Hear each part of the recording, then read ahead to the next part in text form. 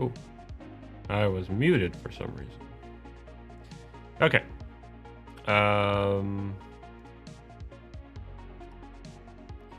Let's see. Let's go ahead and get started. Oh, my camera isn't on. Kind of silly. All right, so today we're actually going to be animating for the first time in a while.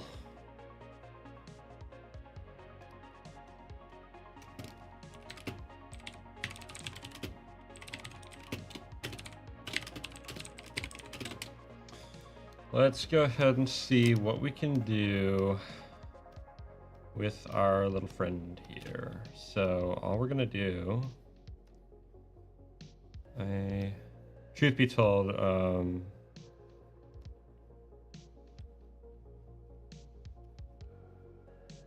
it's kind of screwy, but whatever. Truth be told, we actually need to make sure all of the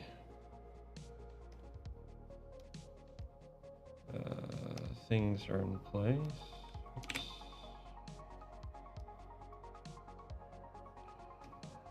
That. Grab you as well. Okay, so now we have all of our controllers. We don't have easy access to the pegs, which will be the next step of this whole thing. And I really should move all of this out, so...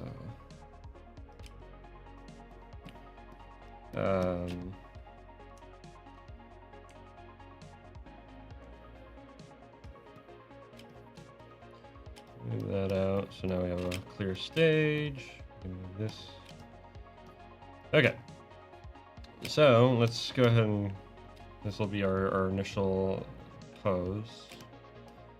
And what we're gonna do is we're gonna start keying poses out here.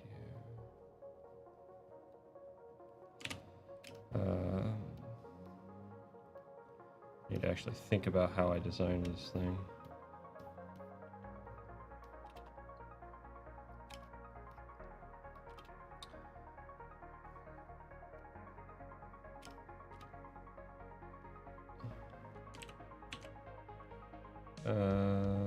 Oh, it's not an animate mode. Okay, let's turn the animate mode on. We are making, right now we are making stop frames. So we're basically in the phase called blocking. So I need to actually think the action through here.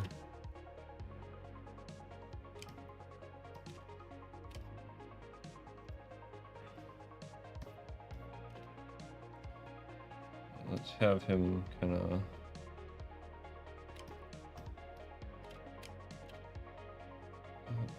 and he'll turn his body. So basically we're going to go from here to here.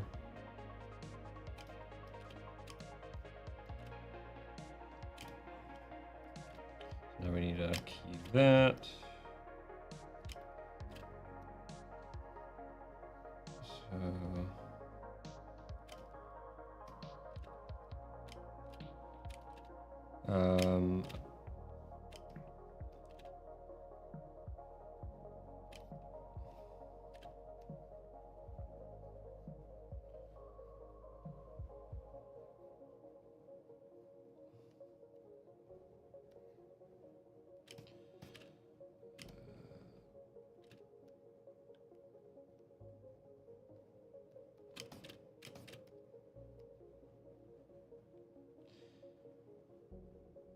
why?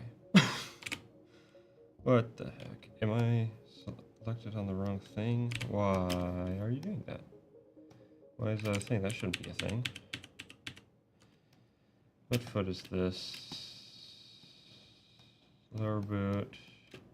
This peg. What is sole right connected to?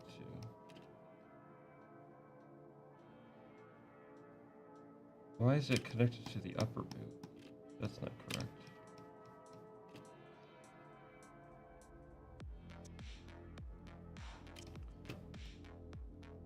There we go. Except for the fact that the line goes through. Why is that happening? The sole should be cutting that. The sole should be cutting decal left, or decal right. We have 3 cutters and none of them are cutting decal. Come on, man. Let me see here.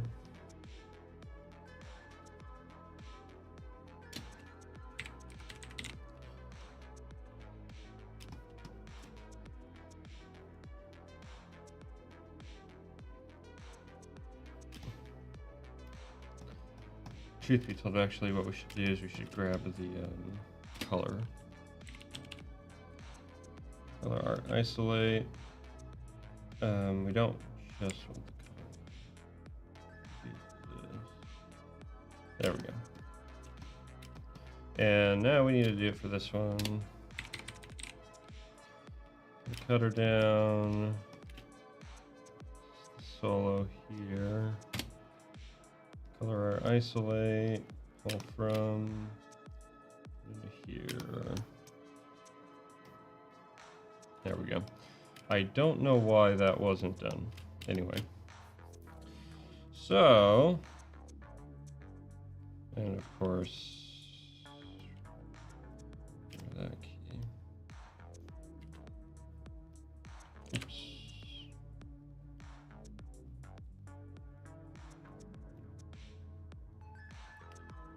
Truth be told, I really should figure out a way to, why aren't you keying?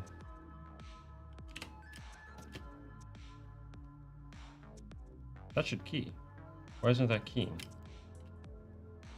What? Well, this is what we're doing today. We are testing this rig out and troubleshooting it and learning. So get ready for a lot of that. Why aren't you keying? I'm an idiot. I'm not grabbing the peg. Okay. And that is why I really should create handles. Basically little notches and things like that that you click on, you select the peg. I need to do that. But for now, we're gonna be slow because this is a little screwy. So boot right, there we go.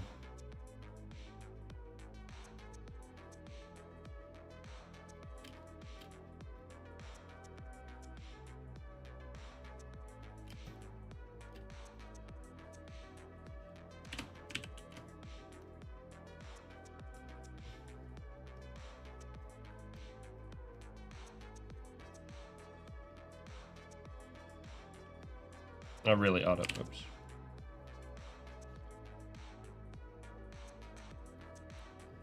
Just put a key, put a key, put a key down.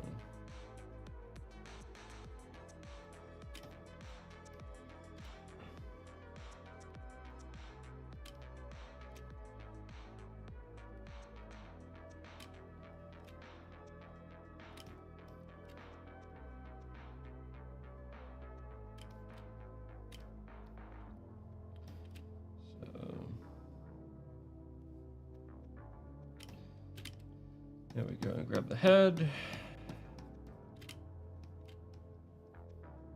Move it forward. And take main peg, I think.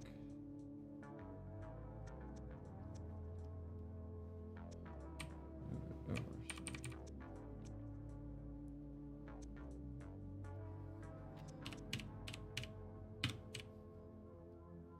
Come on.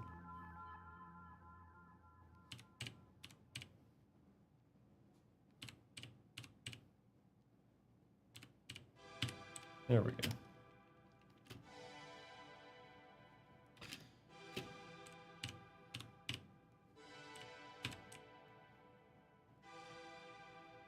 Oops.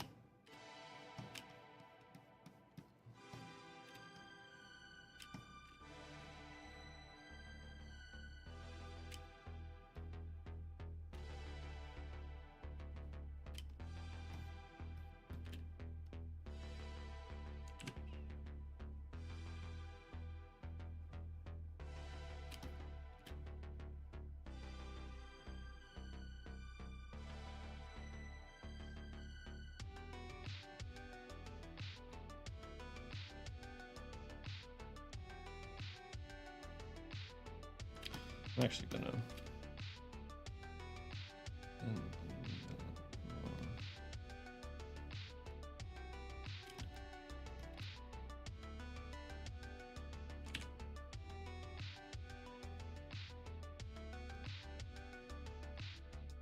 I really need to figure out those IKs. Oops. I got it.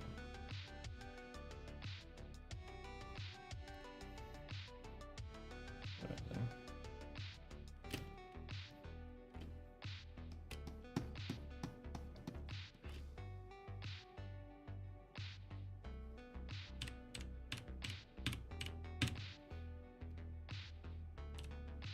Oops, come on. What the heck?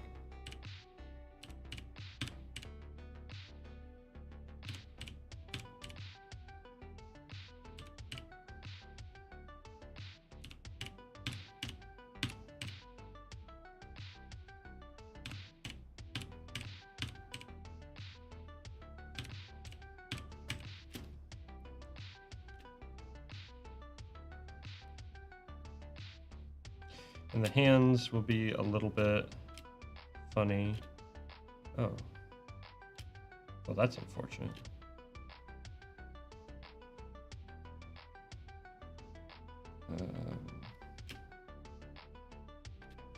I really need to...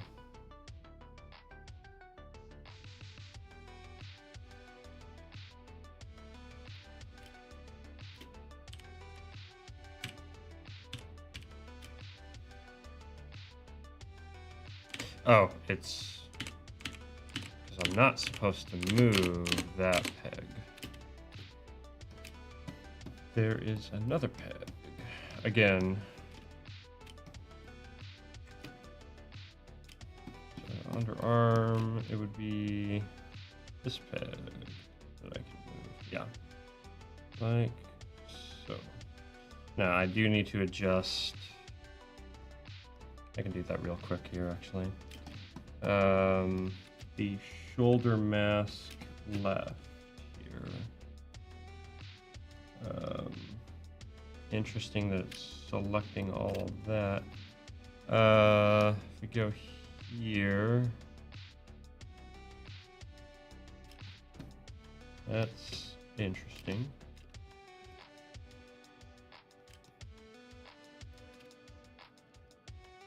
Go to the drawing.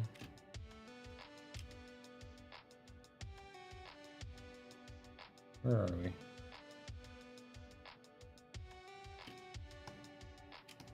Oh wait, not the shoulder mask, my mistake. The shoulder shaper, left shoulder shaper. That drawing, excuse me, we need to be able to select both things, and basically all we're gonna do is just increase its length in a straight line. And that didn't do it for the other thing. Of course not. Whatever. Should be simple enough. There we go. Okay, so now we go back to the camera. And as you can see, now the shaper is above the thing. So there we go. That's done.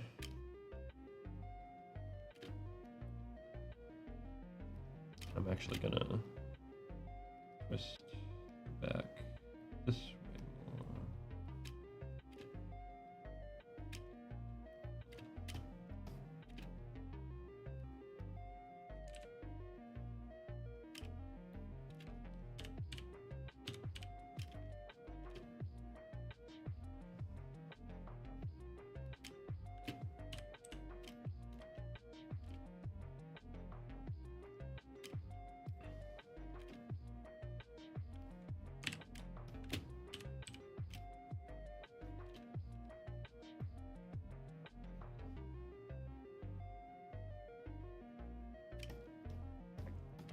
And now we're going to do is key.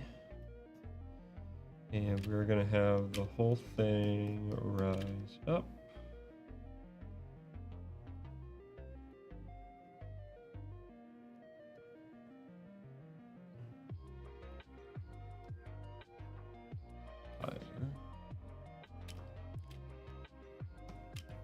Grab the foot. I've got to put those symbols in. That's going to be really annoying. And that's as far as it'll go. Although, I wonder if it would be more fitting.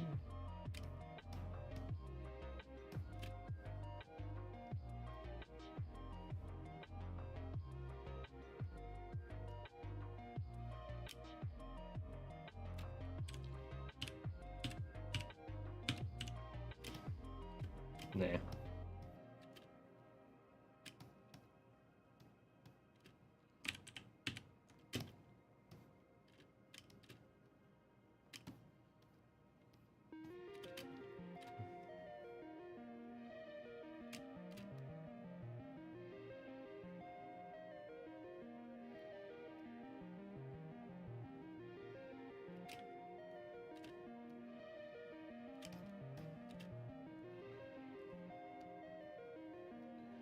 And bend this leg this way. Pull the knee out like that. Push this foot this way.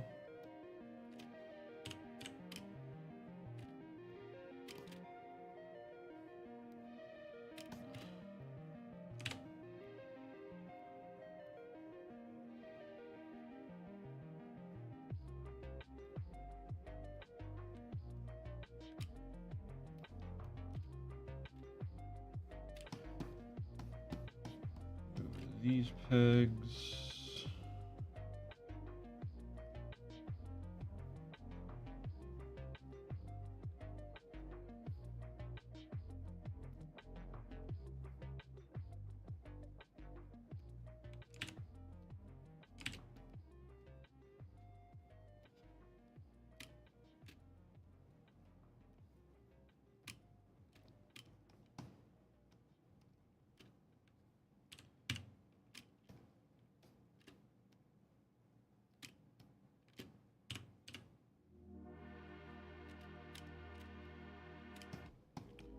Go to the head peg. This up here.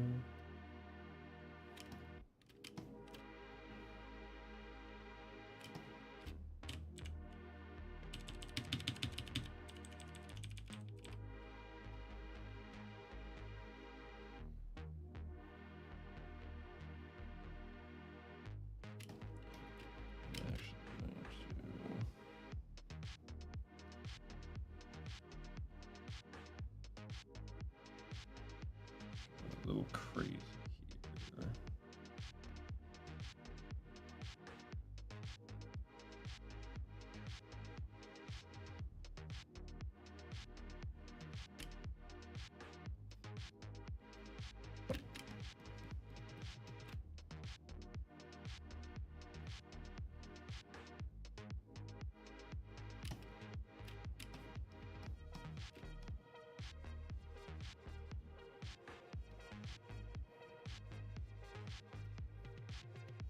Come on.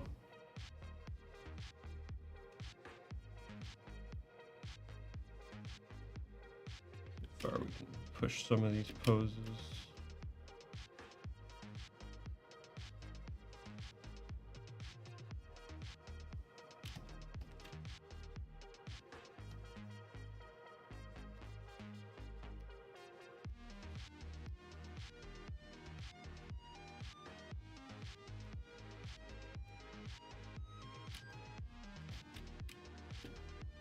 Yeah.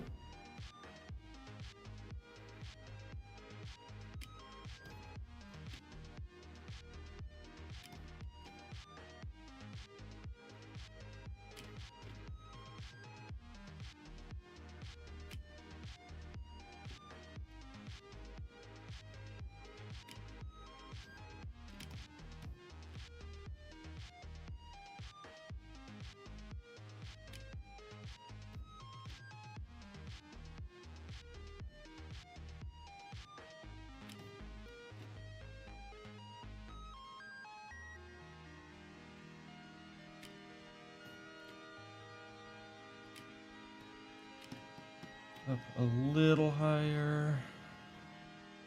And touch. Whoa, what the crap? What happened here? Oh. Shoot. I know what's wrong. We are missing all of this art here. That's really annoying, honestly.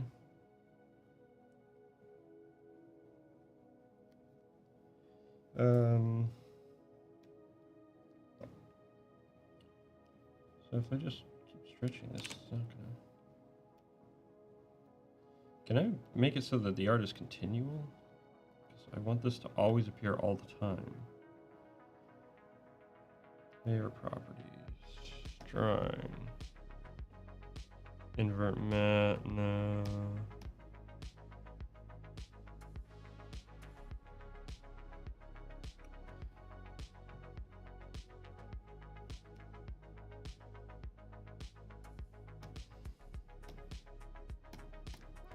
Scale independent.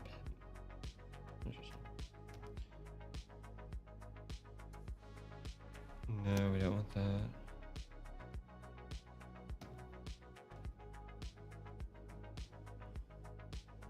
Whatever. We'll just do this by hand, I guess.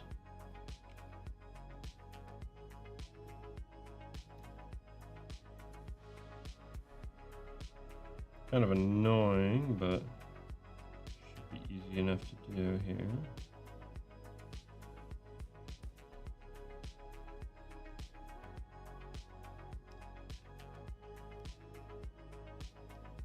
I'm actually going to stretch this a bit.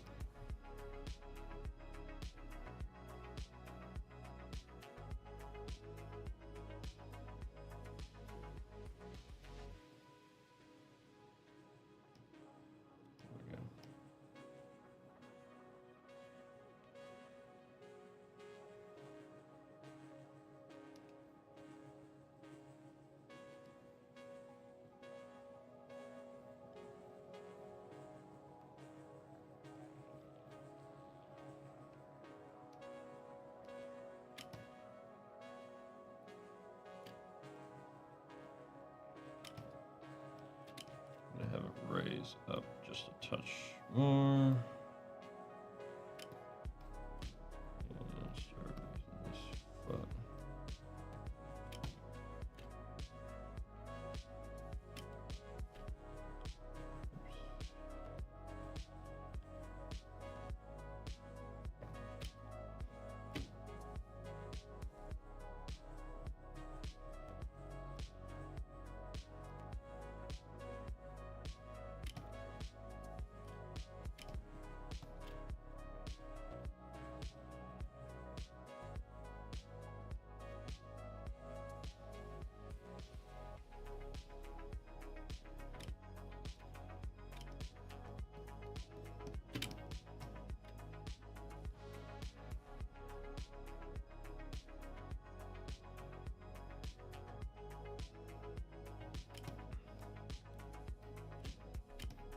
That's for some reason all... Oh. Oops. I'll have to straighten that back out, I guess. Oh, whoops. Work on that here.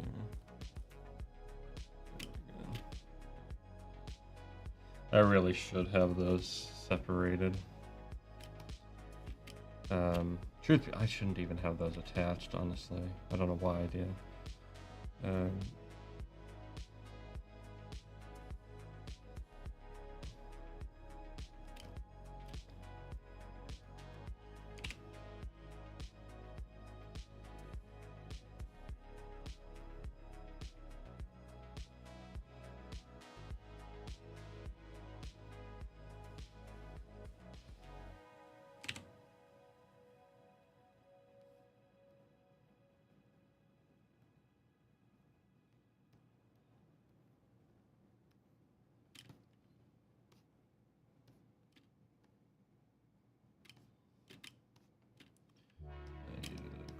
that.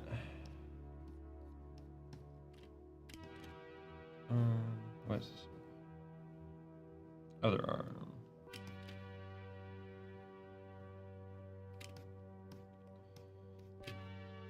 That's a bit of a flaw in the design I was expecting to find, actually. Kind of sucks, I'm not gonna lie. Maybe I can do a another cutter.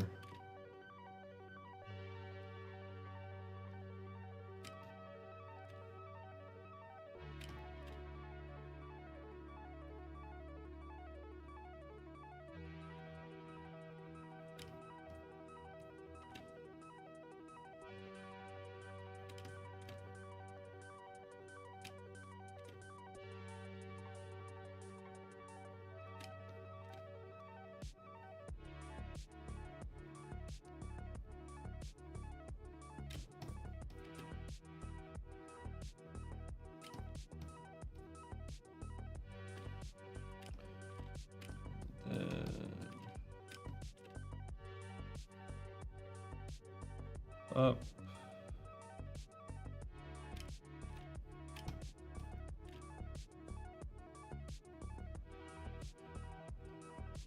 And what happened here? Wait, why are you like that? Hold on. You shouldn't be like that. You really shouldn't be like that. This moment.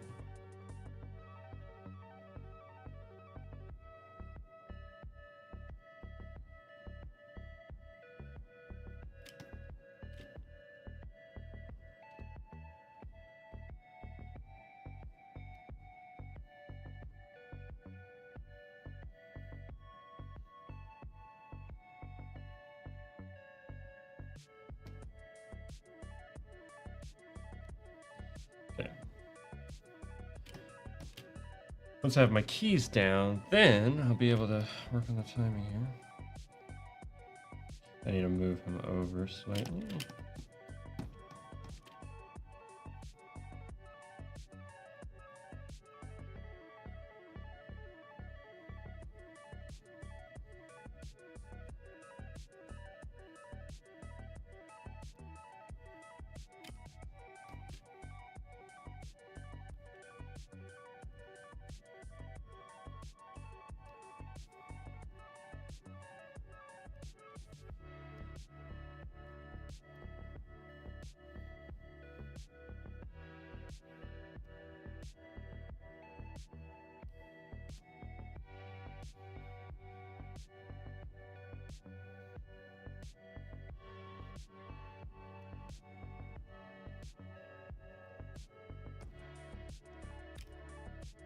Yeah, it works.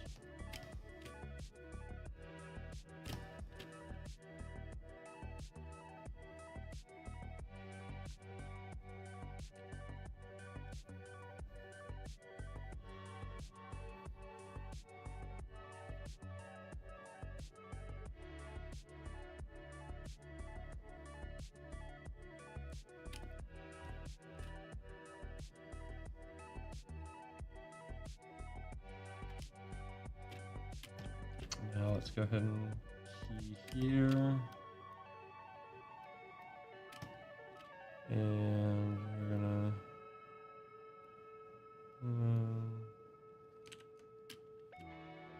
dash.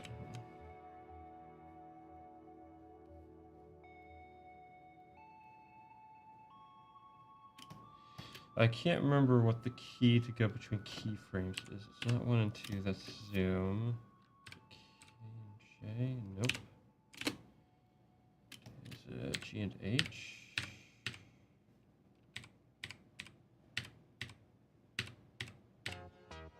No.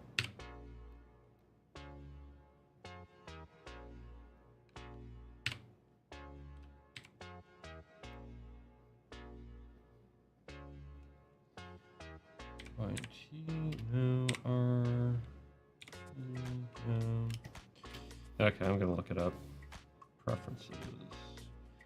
No, this is the right place. Edit, keyboard shortcuts. Key Add key exposure. What is next? Hold on. Next key. Go to next keyframe. Is that a comma or a? Oh, okay. Cancel. All right, easy enough. There we go. That'll help a lot. In fact, that'll actually make this much faster.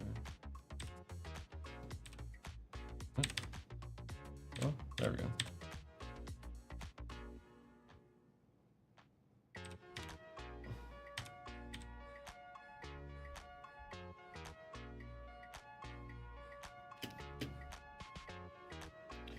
I wish I could just grab this pig.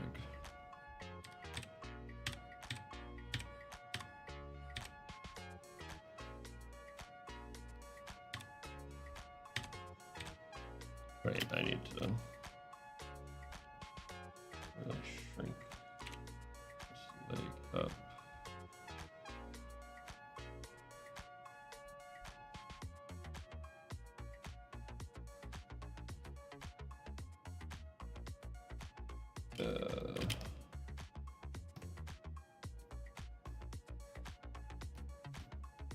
I guess that'll work, but not this.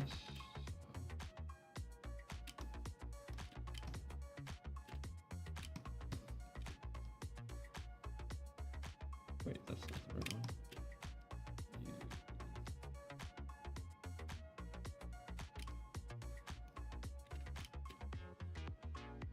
Still need to figure that out.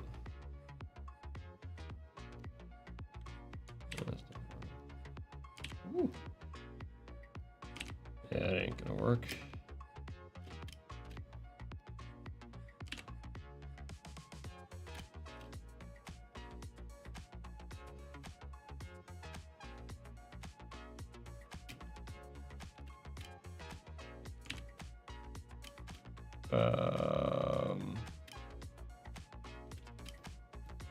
No, let's push you back this way.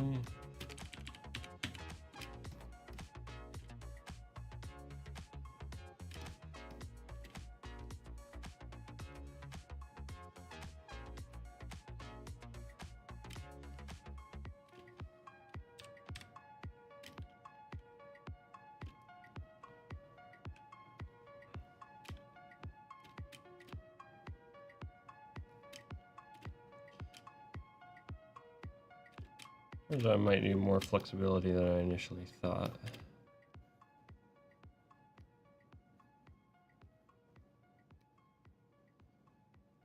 Let's push the body down.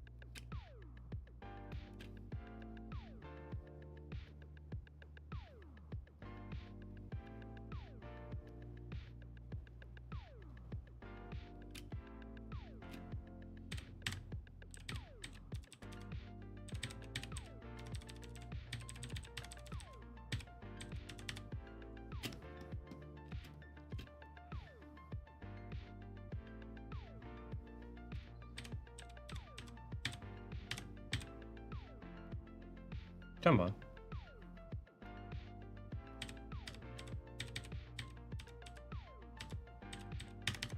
Wait, hold on. Oh my gosh, that's so annoying.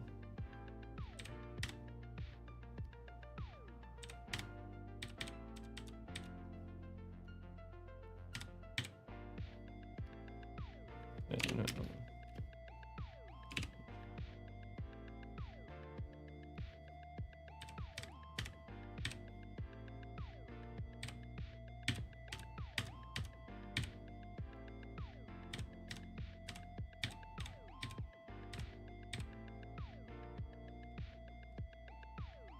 You know, I have onion skin.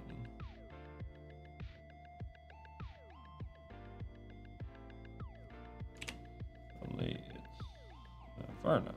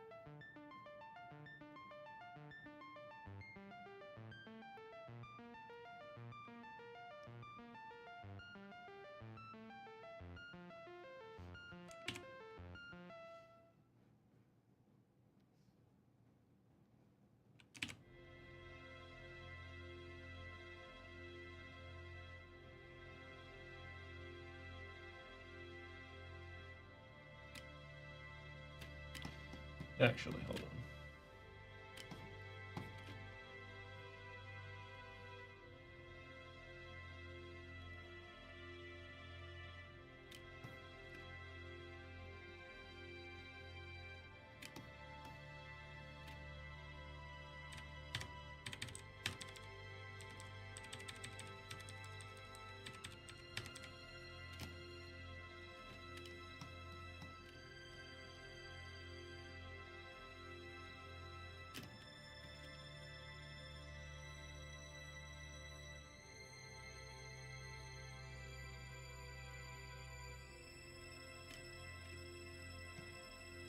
Actually, file, save as.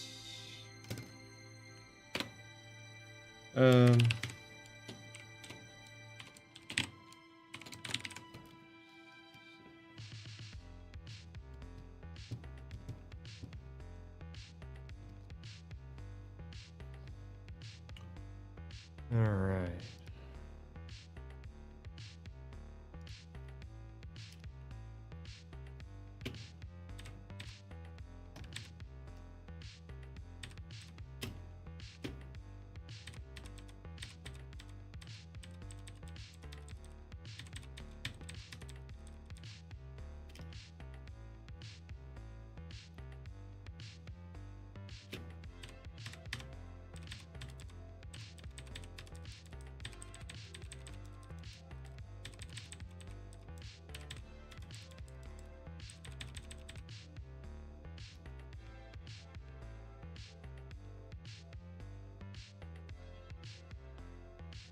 I need to create a bit more anticipation here, so that's exactly what we're gonna do.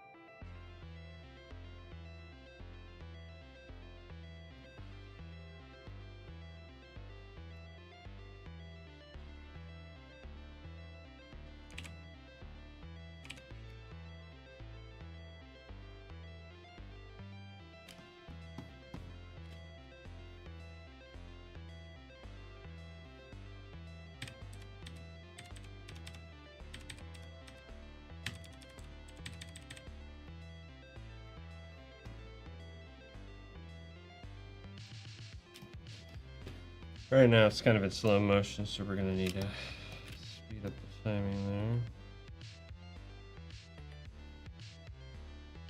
there. So I like the idea of him easing down into this, popping up rather quickly, and of course, freaking YouTube, man. Let's see here.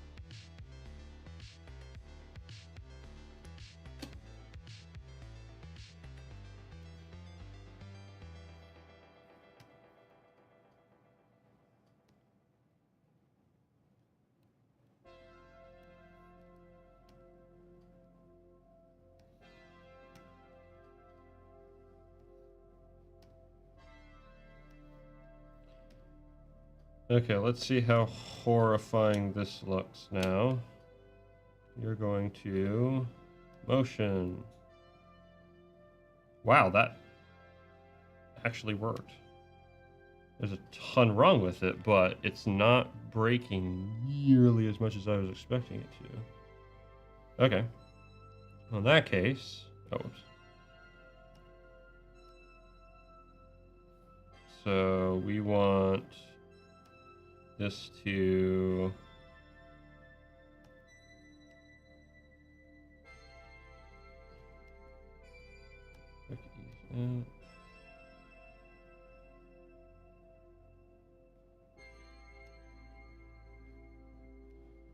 right that way.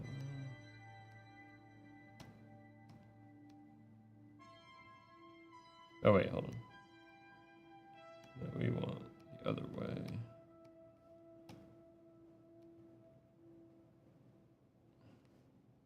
We want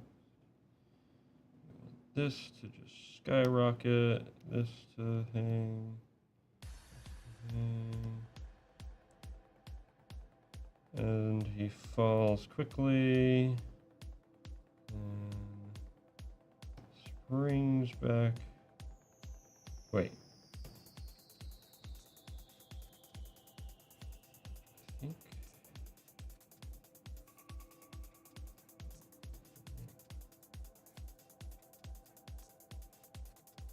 Wait. I can't. So.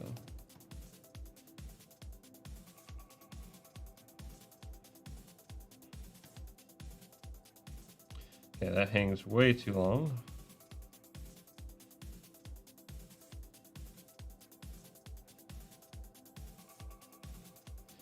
He also should be higher up. Okay, it hangs way too long here. Actually, I'm doing this entirely wrong.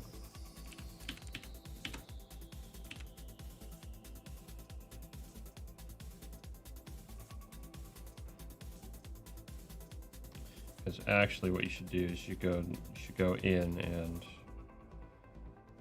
do each component as it needs.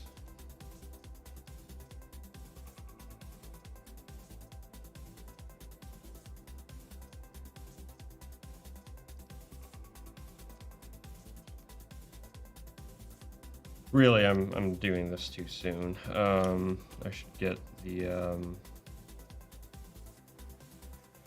timing in place before, maybe even some more breakdowns, because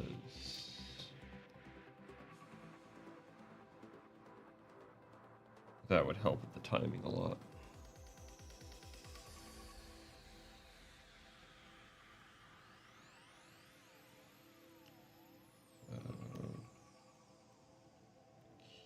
Key here. And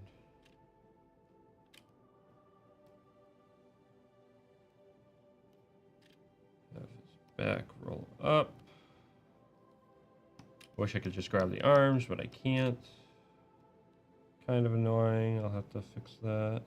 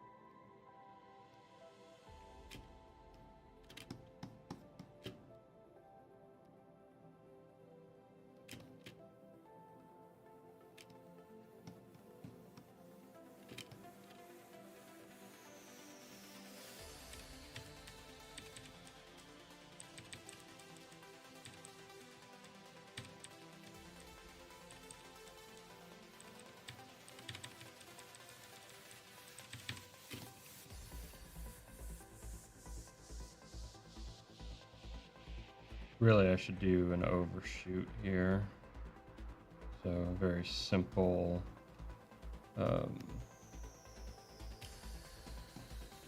Master pegs.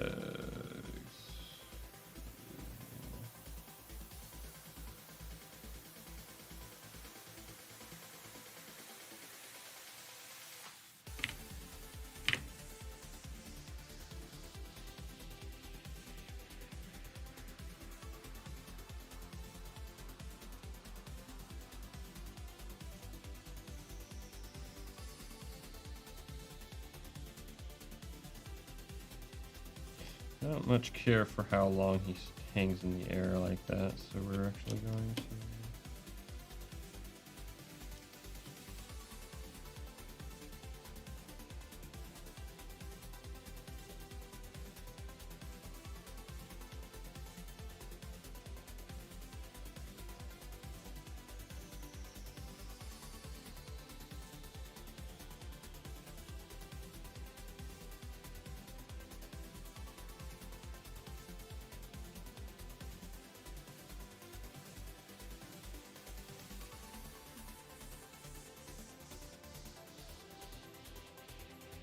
Oh yeah, and then eyes.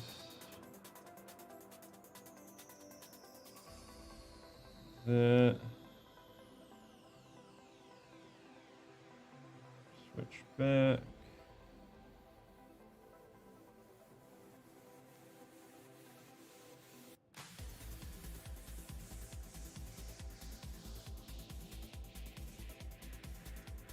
There we go. The arms come down too soon. So, tell you what. Right here, we're gonna kind of like break them.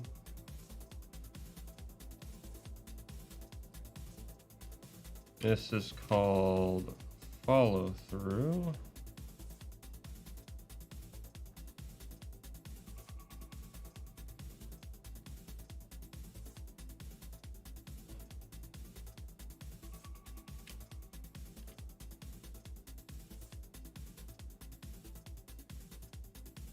Oh, whoops.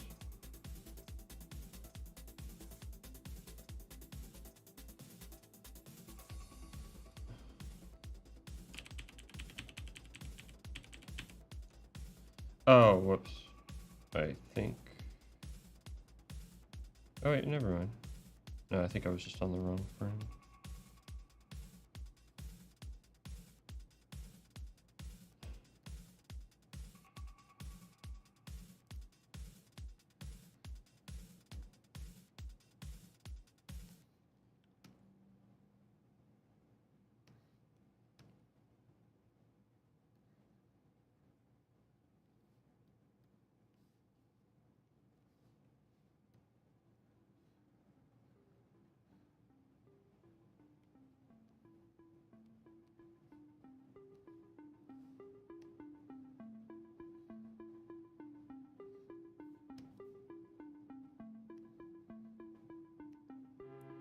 This should be way faster.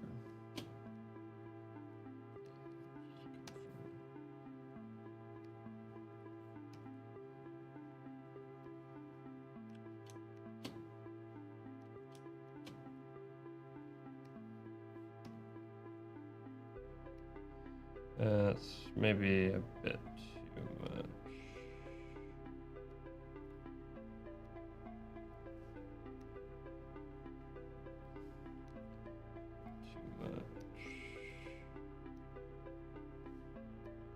Oops.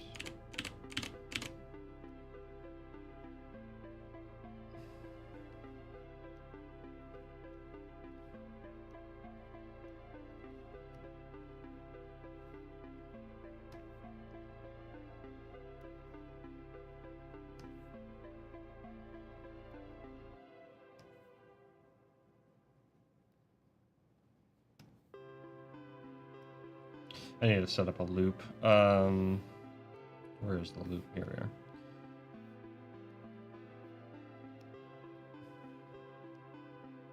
Oh, wrong one. There we go. Here to Come on.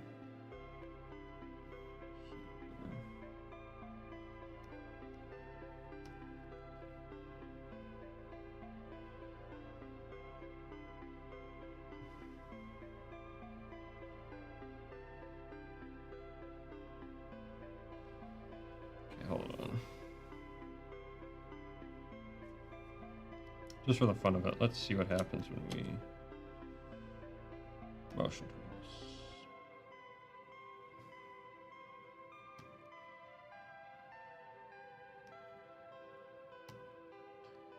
Needs a lot of work with splining, that's for sure.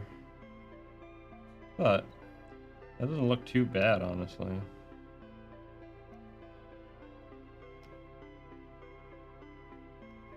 For what it is.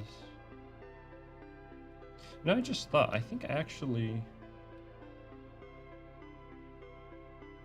you do want to be careful with the spline, because if things move at different times too much,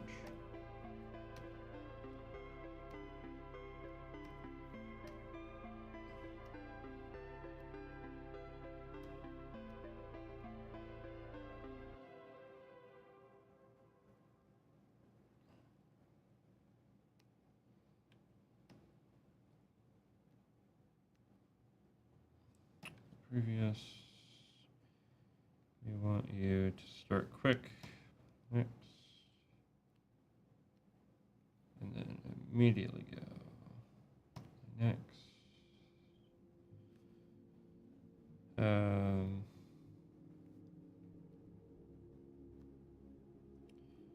Take some time, play next. Wait, yeah. And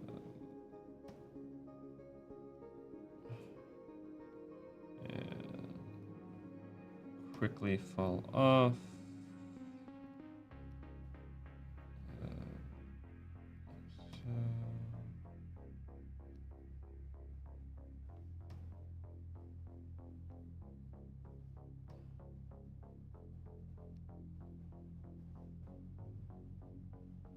Not quick. Ease out.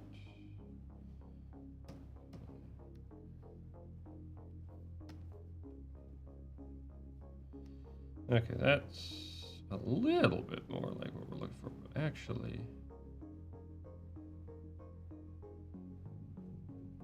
I'm actually gonna raise this up.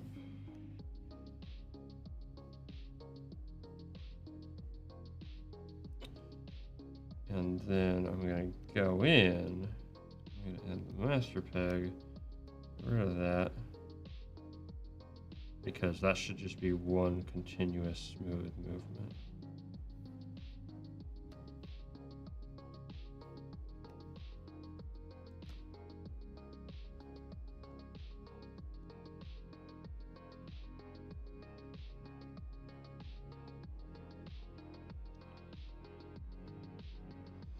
Honestly, it's a little too long in the air, I think.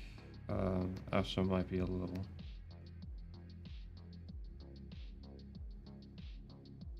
Yeah, let's try evening this out.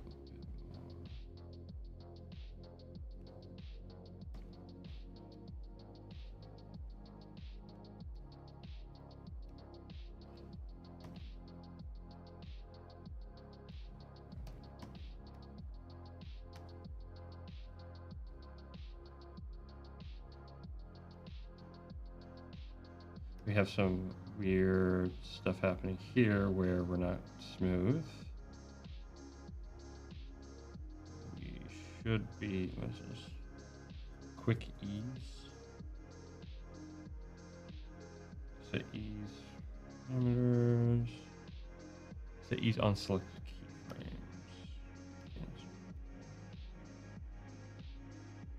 That should just be like a continuous string all the way up, instead of this like pause. So we're gonna, come on, get some more time here,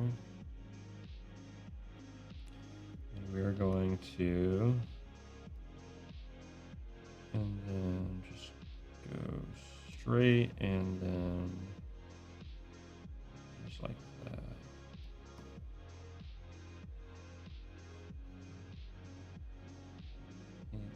into position a little quick. Maybe like that. Yeah.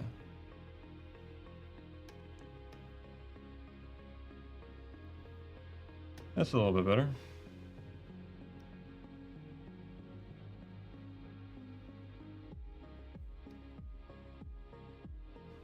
A little bit better. I still think that this hangs in the air for too long, so let's shrink that down by a couple frames.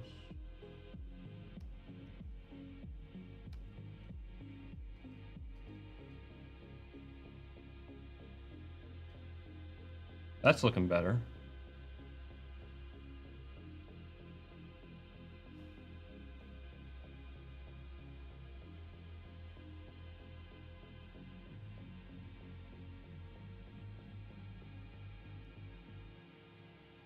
I think that I should, for a quick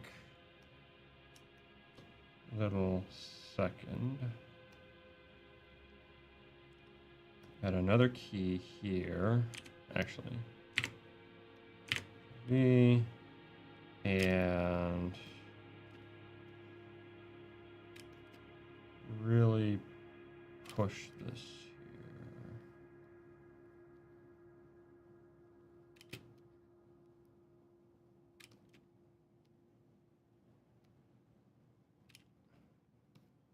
Very quick.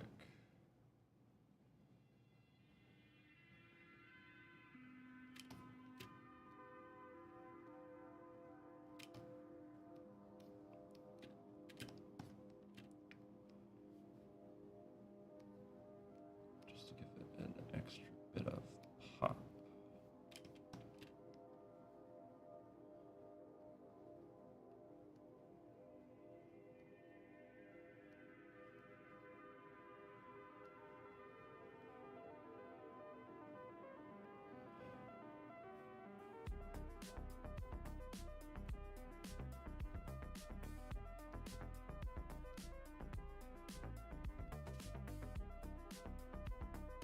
Yay! How's it going, guys?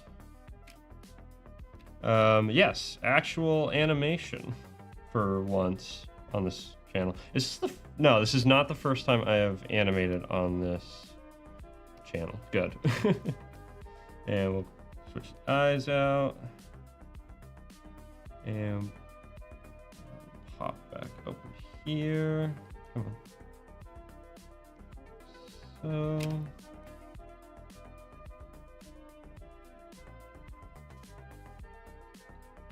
I actually think I should.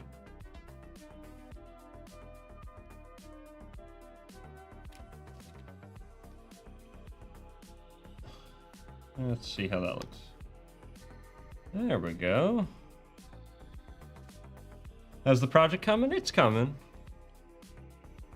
There were some really weird little glitches with some of the parameters. Mainly the body rotate, but like for the most part, like that hasn't been an issue actually, which is nice. While I'm testing it anyway. There's some weirdness going on here though. That's a little annoying. I'm not sure why that's doing that. That's a little bit annoying. I don't know why. This foot shouldn't be in front at all.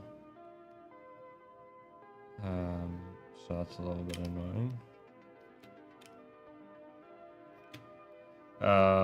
We have a little bit of jank here and there that I'm trying to iron out now.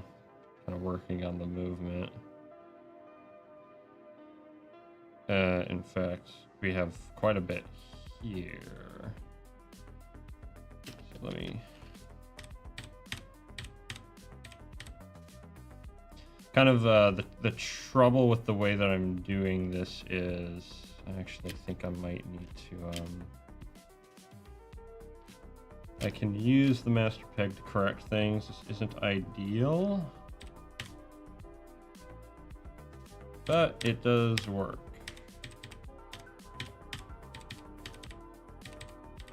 Kind of.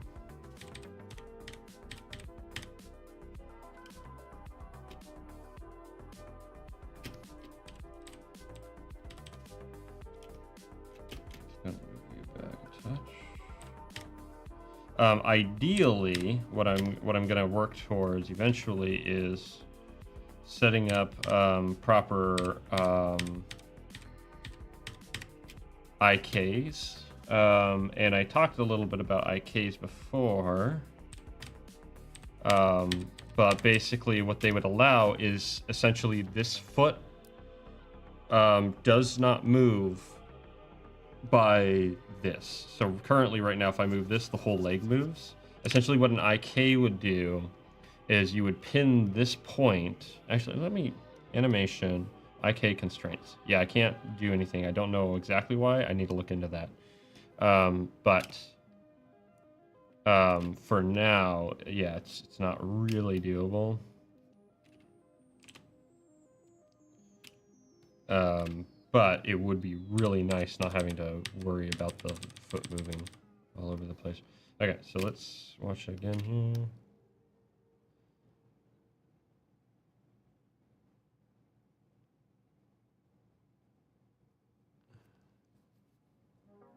Am I really, really animating? Well, you tell me. It's just a little test right now. The music playlist is just a bunch of random stuff. It includes stuff like Voyage, Allison, a lot of Home, Unfound, that sort of thing. The Midnight is coming up, and the Midnight's really cool because they have gone out of their way to say that streamers are allowed to use their music, so they're pretty rad. Let's see here. So yeah, we're doing a little bit of a test. I'm just getting used to all this again, and don't mind the controls bouncing up and down. I have them stuck on this master peg, which is a little bit goofy. It's a little bit silly. I'm not gonna lie. The arms, I don't care for how the arms are moving, to be honest. So what I'm gonna do actually is I'm gonna go in and I'm gonna find the arms.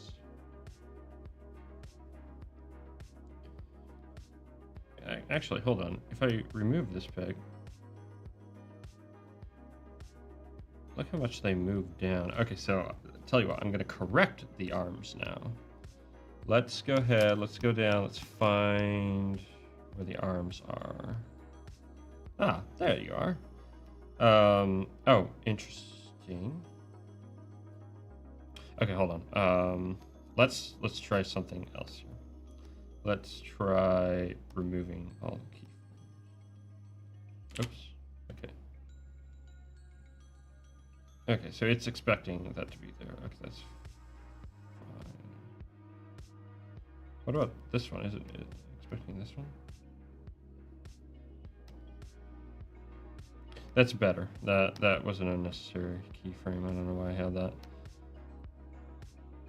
I don't care for how much it just stops. So what we're gonna do is a couple frames over, we are going to actually have the arms flop forward just a touch.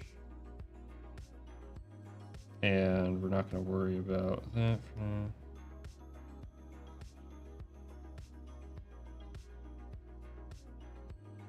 And we're actually going to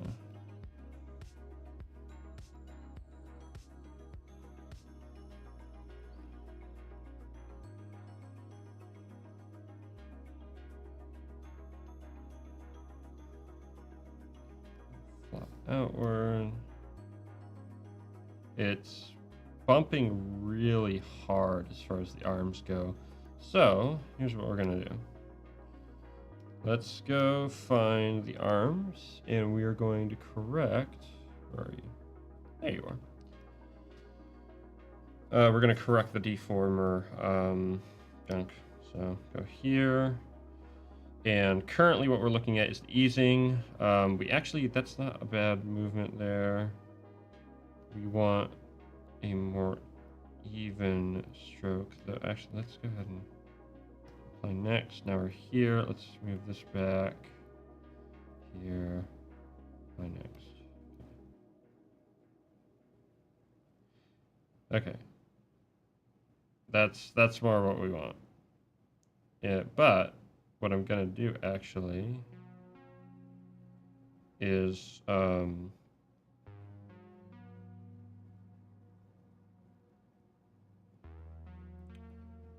never heard of any of those guys. I listen to a lot of this style of music, so if it's of interest, I can give you quite a bit of recommendations. I've been listening to a lot of Hotel Pools. Hotel Pools is really good. Home is the classic. Home is like what everyone knows. Resonance is their big title. The other one, there's one I came across that really had a good sound. Delora. I've listened to Delora a couple times on stream. So yeah, lots of good stuff. Okay, that looks a lot better. That looks a lot cleaner.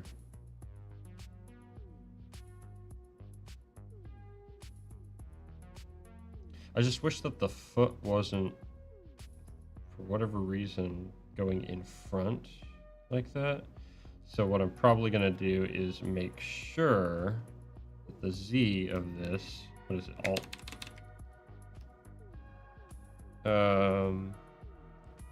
Go the top view. Okay, so this is what everything looks like from the top. If I go maintain scale, and I do the leg peg.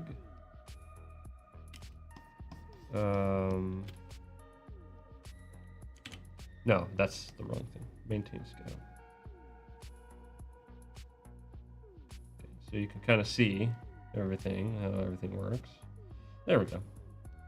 And it should settle back into its position. This should actually just like register it properly. Oh. Okay, so yeah, so that's what it looks like without it. That's not the peg. Make sure I'm still on the peg. Not that I can animate anything else, but yeah, there we go. So now I gotta fix the other arm. So let's go ahead and grab you.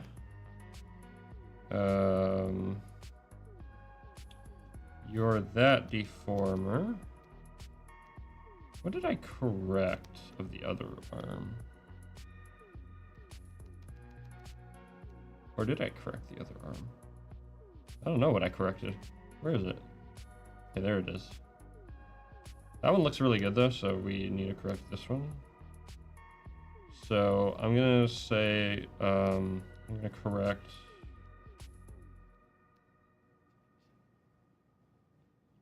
the deformer. Okay, here we go. So as you can see, the arm kind of pops up like that. I don't want that. That looks kind of ugly. So what we're gonna do is we're gonna go in here. Oh, is this necessary?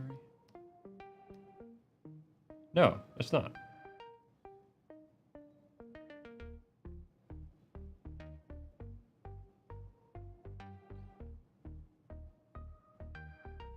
Although, let me try something.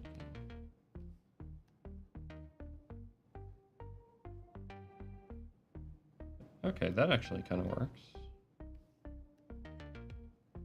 Now it's popping more. That makes sense. Not enough time. Although, actually, if we bring it forward and then bring this back this way. Basically, what I'm trying to get is a more of like a swing side to side, because his arms are coming down way up. So that's that nice little action, that nice subtle little action. Doesn't really come across, but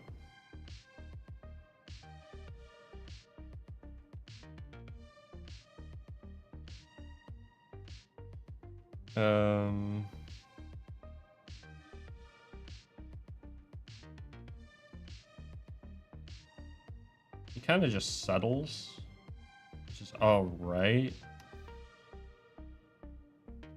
And then I'm gonna like continue on the action here.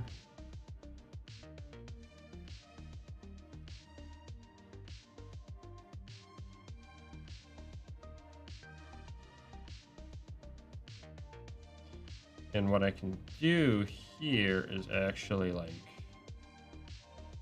stretch him up. So if I go here, go to this peg here.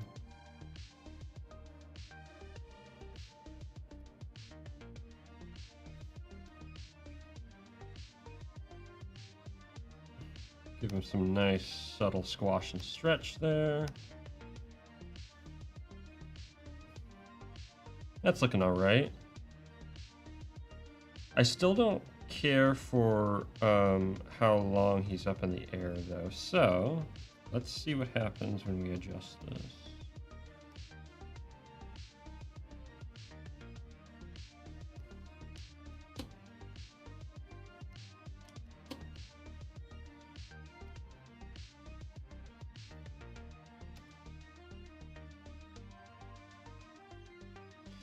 It's actually more of a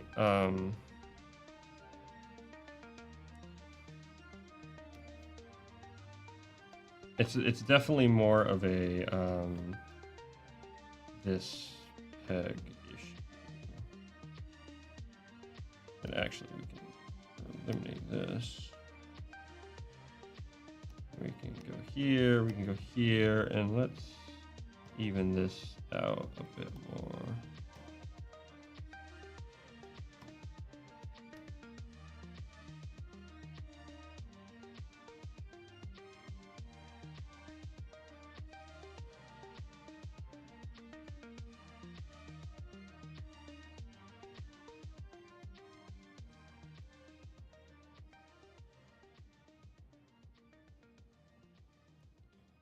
Although, hold on.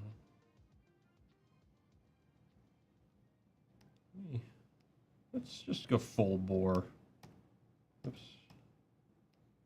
Let's see. Maybe. Ooh. I actually kind of like that.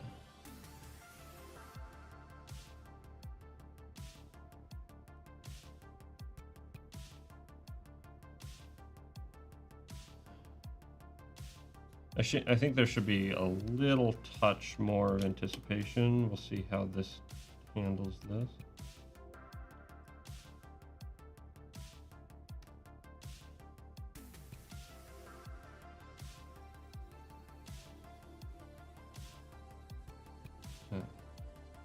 How about what the? Sure.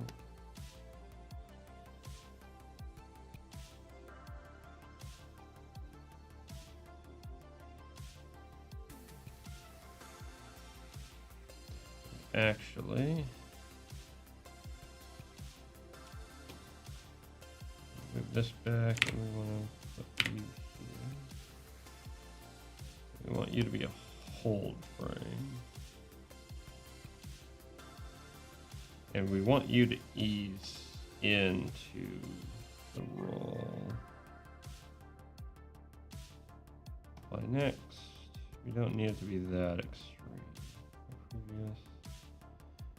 Next.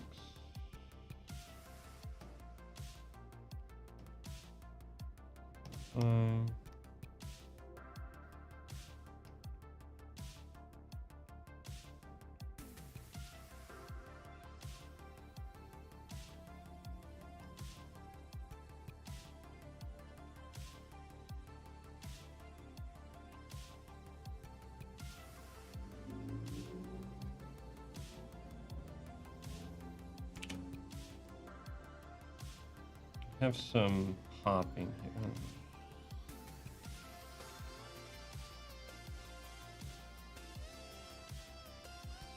Have some popping here.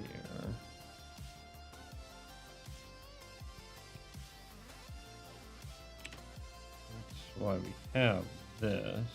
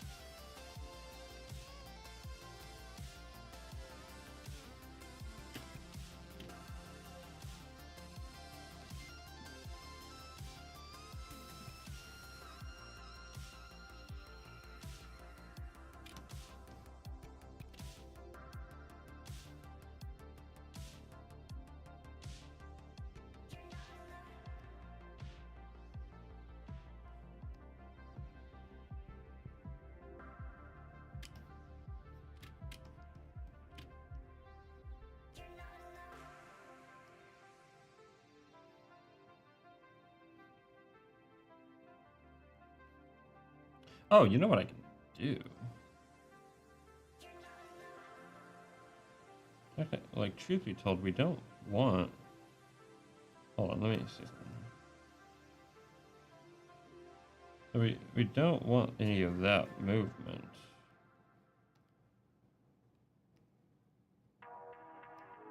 Is that... If we freeze this...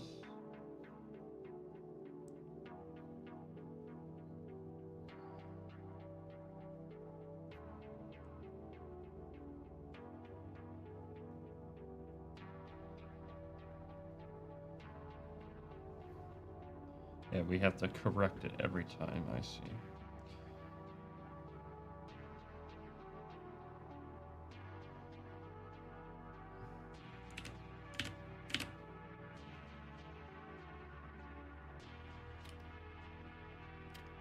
So a little bit annoying, honestly.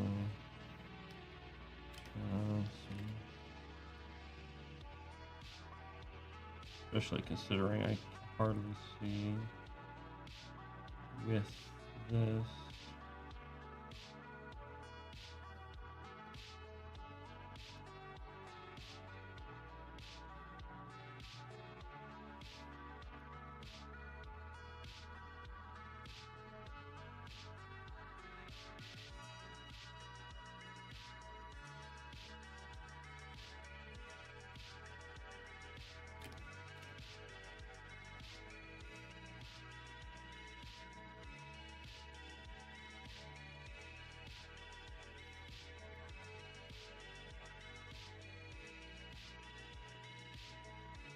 Whatever.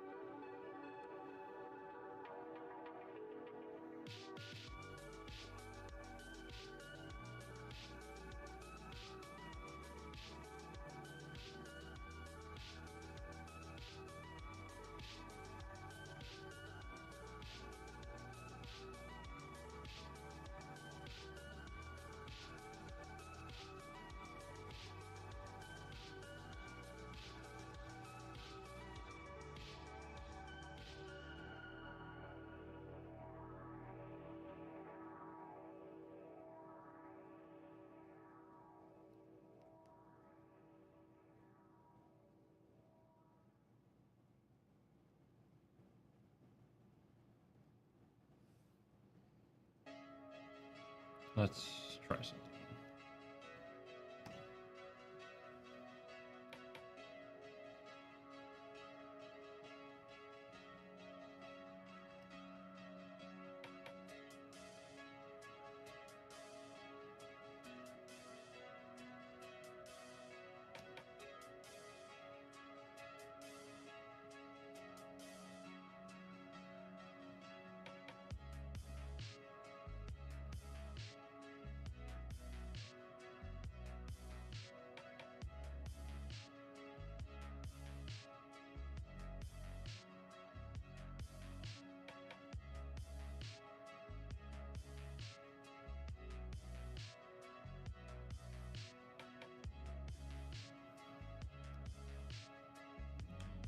All right, we'll call that good for now.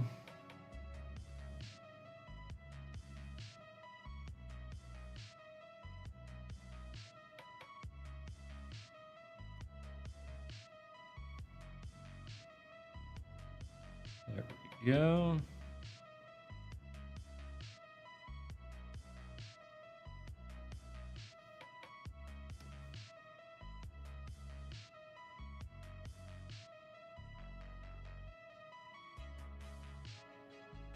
This is a surprisingly robust rig, I'm not gonna lie.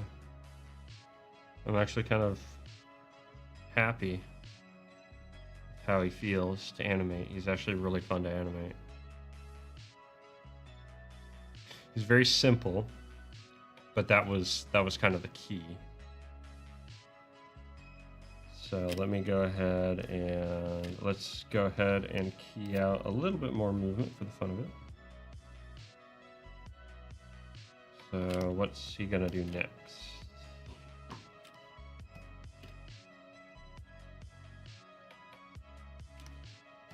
He should maybe look around a bit.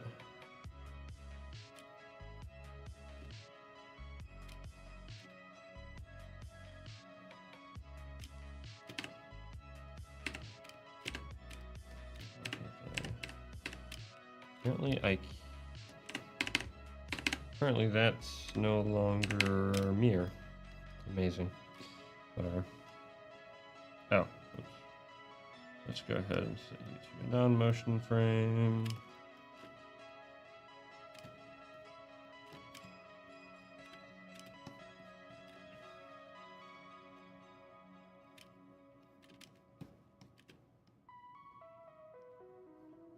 I'm so excited to get back into animation because it's been so long.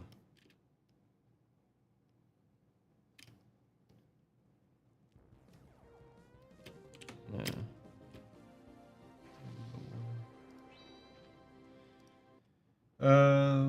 Let's jump ship here. Let's head on over to digitalart.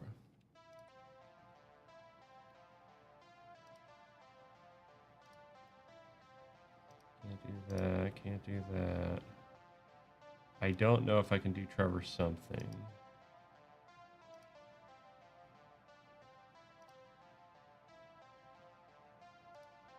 Actually.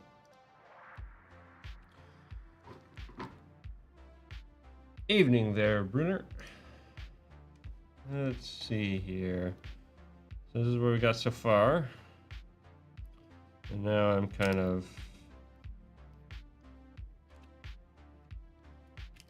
having some fun here.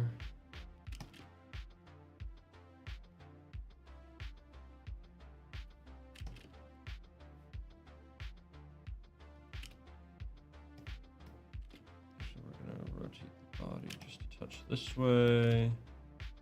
Rotate the boot out.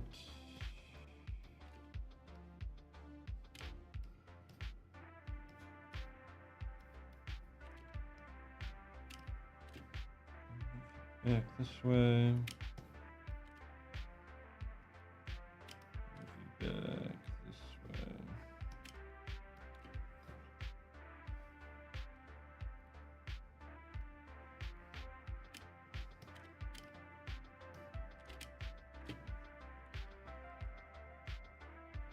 Yeah. I caught a little bit of that.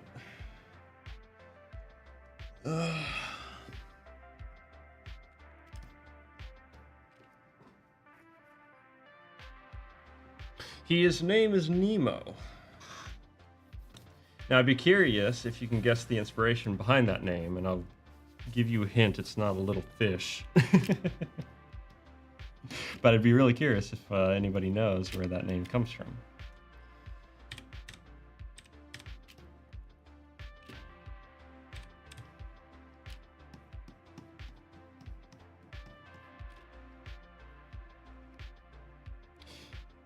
I will give this other hint. It is very relevant to the history of animation as well. So if you know your animation history, then you know the answer, or at least you're closer than you think if you don't.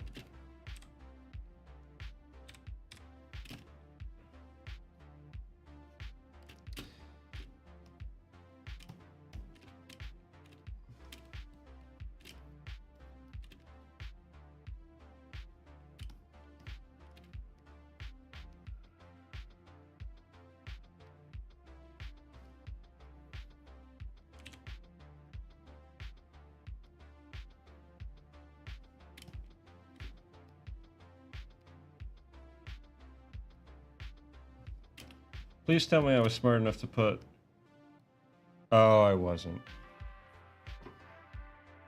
20,000 Leagues Under the Sea. That's all the Nemas that you can think of. Kind of what I was thinking yesterday, the moon face. As in George Méliès's, or Méliès, yeah, Méliès's trip to the moon. They're guilty. Because I would say, if that's the case, you're in the right frame of time. It's around that time that the Nemo I'm talking about comes from. Okay, guess what? I was dumb. Yay! I was an idiot. But for the heck of it, let's see if we can make this work. Thankfully, I think my stuff is robust enough. I made that part really robust, so.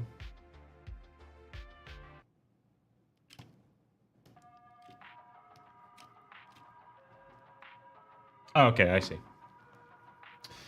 Nemo's Latin for nothing. That's actually a factor I was thinking of. So I will say, Brunner, you are actually half correct. I will give it to you because I was actually thinking of Captain Nemo from 20,000 Leagues Under the Sea when I did name him that, but I was thinking of something else. If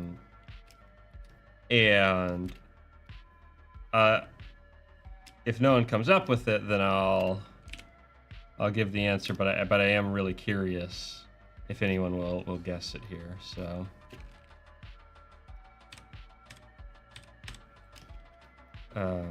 I'll give it some time here.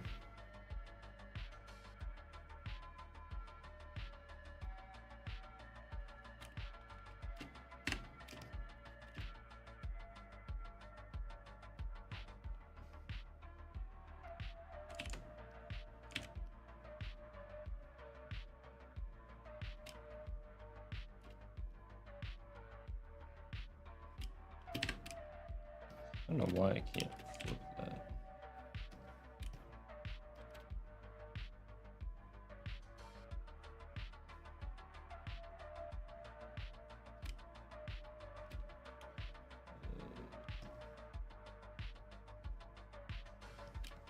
Grab the boot.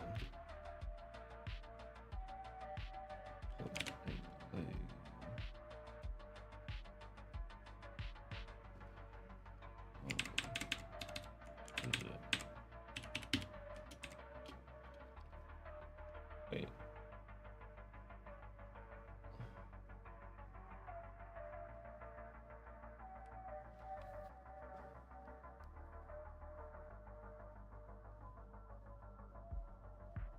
Do it all the time in your writing? Yeah, it's fun to kind of put those little nods there, not in a kind of pretentious fashion, but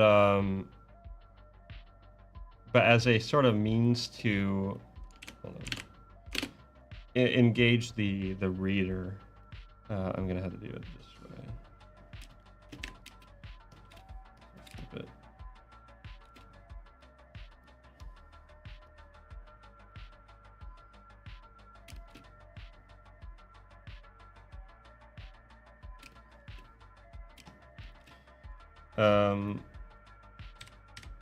But yeah, I was actually thinking of the Latin term for nothing, or no one, sometimes referred to as meaning no one. Soapy! Is that a soapy cat I see? Thanks so much for stopping by. I really do appreciate it. It's always fun to have you here.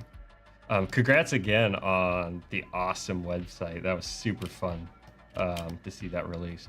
I actually asked a little bit ago, I'm really curious how you guys built that website. When I was sharing it to someone else, he was really curious as well. So I'd be super curious, like, what you guys are using, if it's like just all in Flash, or if you're using some other architecture or HTML5 or what. Let me see here. But yes, we are animating today. Imagine that. Who animates, right?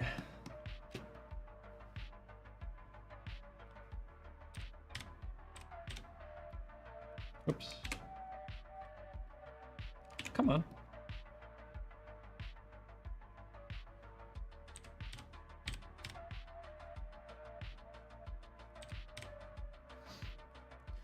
Mostly everything in Flash, specifically Adobe Anime HTML5 Canvas. That's really cool. That's old school. But I suppose that, like, considering, like, who you're around, that's, like, the best, because, you know, you have all of these, like, old school Flash animators who probably know those programs inside and out. So I just imagine that, like, for some of them, it's like second nature, basically. It's like, oh yeah, we can build you anything. We can help you build anything, no matter what.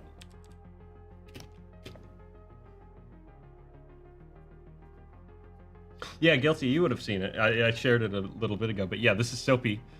She's the one who built the Showman newsletter website. She also, you know, I'm gonna give you a big old shout out there, Soapy, because you were cool. If you want really good, like, is this gonna, shoot, really good and cool and different animation, check out some of her stuff over at her site. Because, yeah, it's really good stuff. Super fun.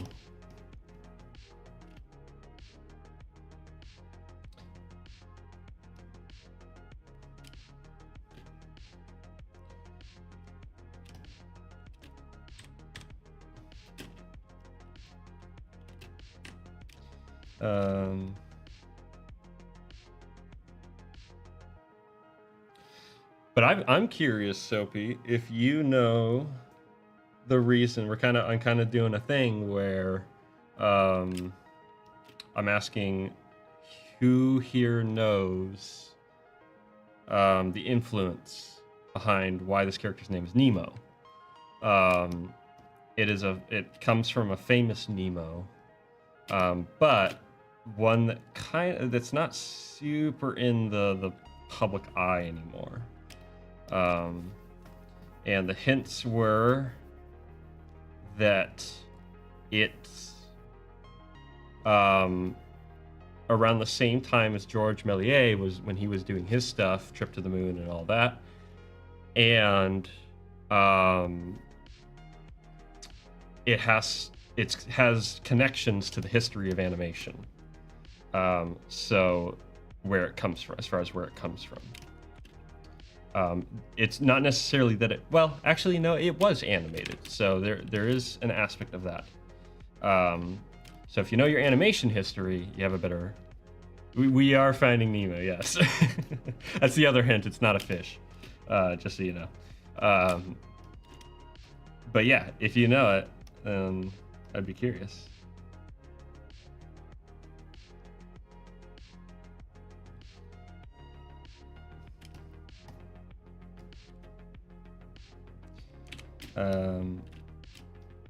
I'm gonna have him...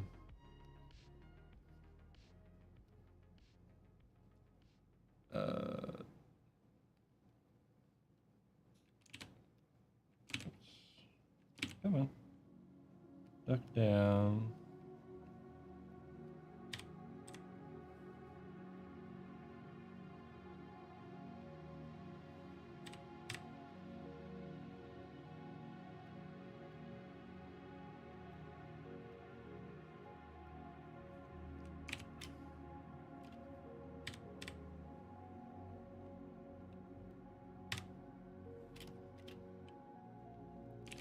And we're actually gonna just, we'll do it this way because it's more convenient.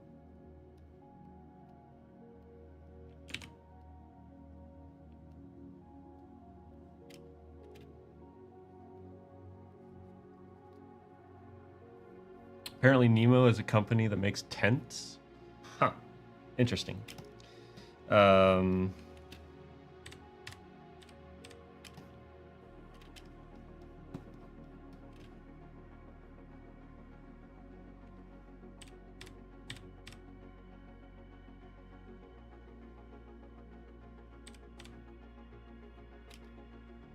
Hopefully their tints don't do nothing. Yeah, that'd be unfortunate.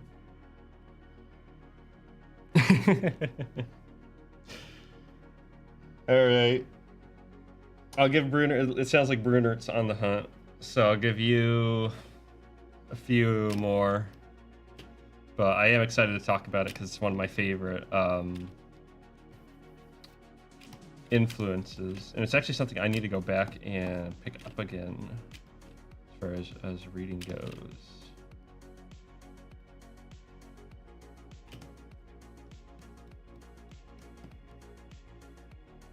Oops.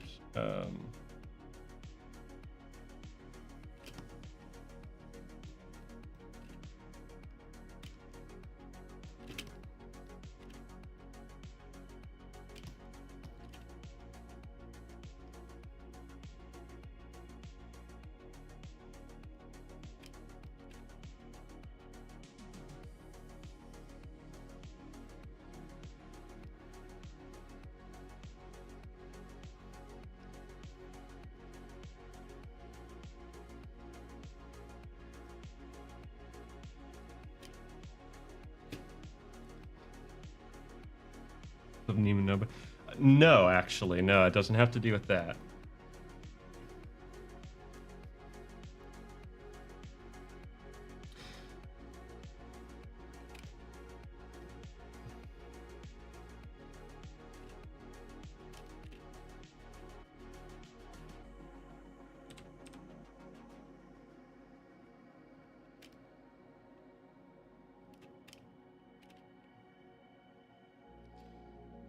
He'll stomp down now, so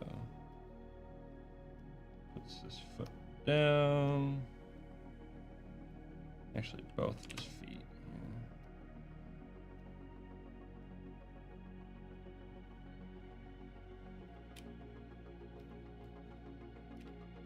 And back will straighten out.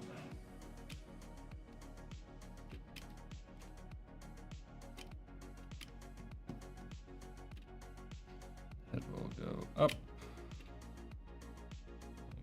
so. And we'll spin up.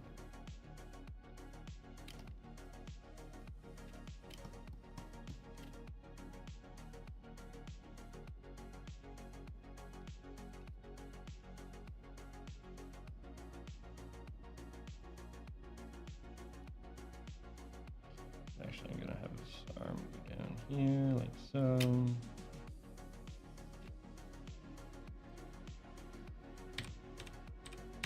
And we're gonna mash pig up. Not that far.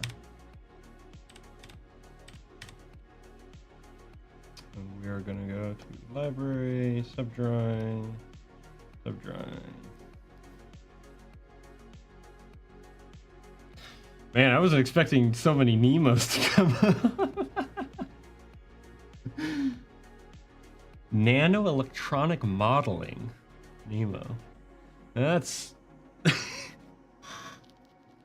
getting a little desperate there, aren't you? You don't have to think about it too hard. In fact, I'm pretty sure if you look up animation Nemo, it'll come up.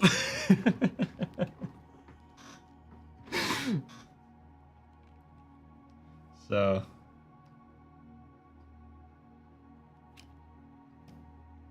actually, I want him looking more proper.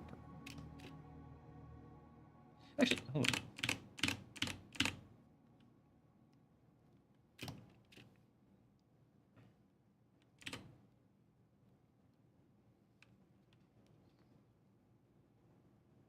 Dang, really? Man. That's a bummer. Well, tell you what. Is it Little Nemo? It is, Soapy. You got it. Made by Windsor McKay back in like 1911 or something like that. Some really great art. So you'll get hold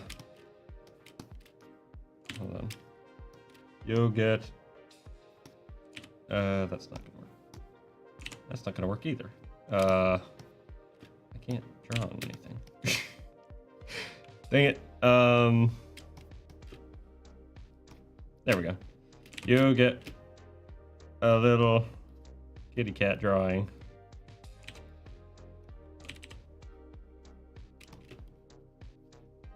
It says, good job, yay.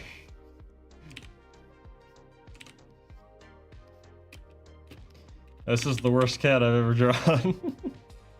I'm not in a drawing mood. Yay. There you go. It's not Windsor McKay, yep. Didn't keep reading. Yeah, you should have kept reading. Wikipedia for the win, yeah. I knew someone would get it eventually.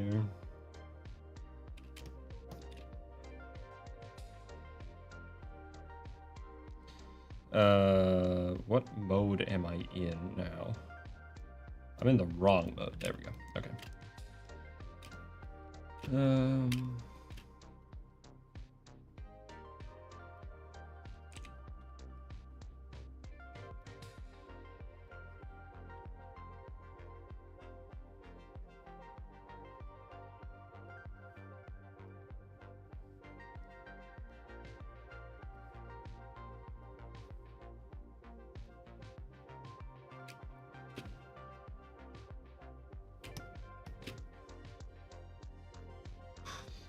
But yeah, no, so Windsor McKay is often cited as the grandfather of modern animation because he made a bet with a man, I don't know his name. Are you sure it isn't the nano-electronic modeling one? Well, see, that gave me pause because I was thinking about the character of Nemo, and that's almost relevant. Only it's not nano-electronic. Now, I don't know what exactly nano-electronic modeling is.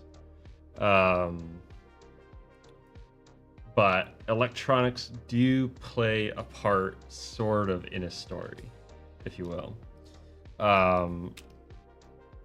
Because he lives on the moon.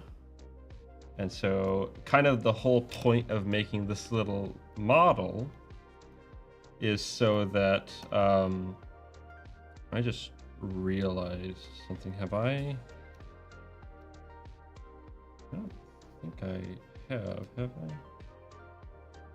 I really probably should, though.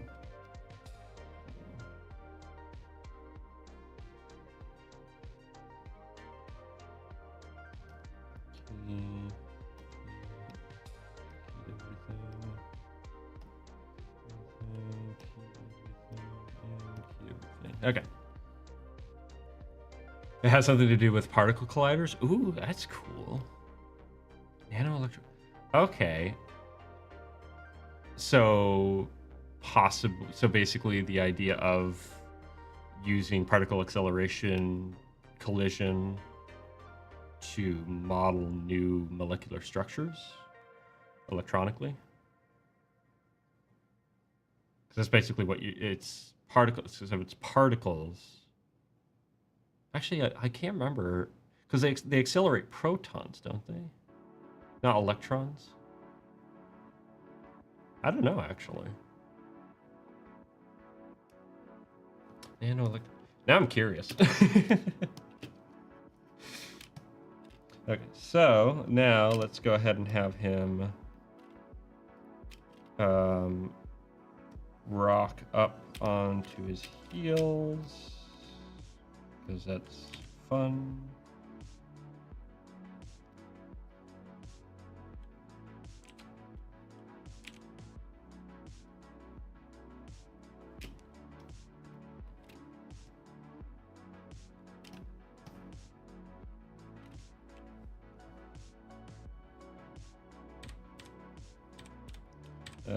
Need this to stretch down more. I may even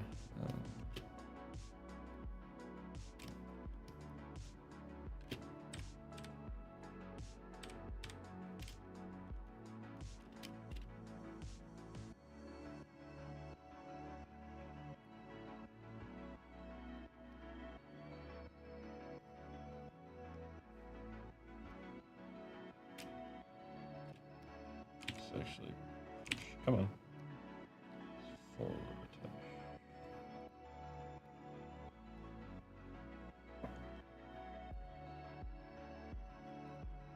System uses computer models to model paths of particles in a collider. Okay. Cool. That's actually really cool. So through the sensor, so that they can essentially read. Okay. Actually, I think I've seen that before. Never knew it had a name though, or at least that name.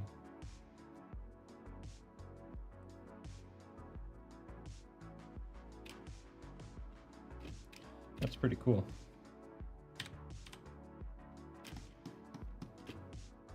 Move the head over here.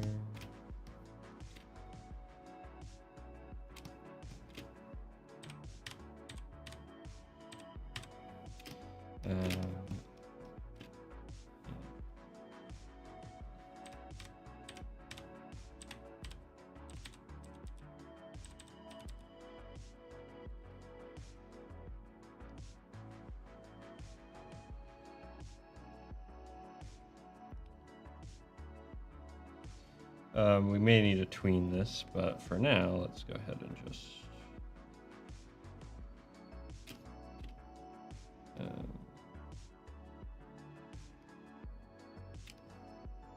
actually, we definitely will need to tween it because I want to do certain things.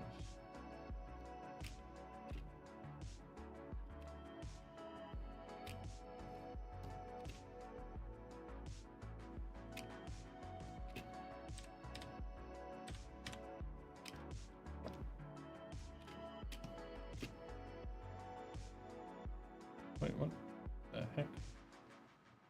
That.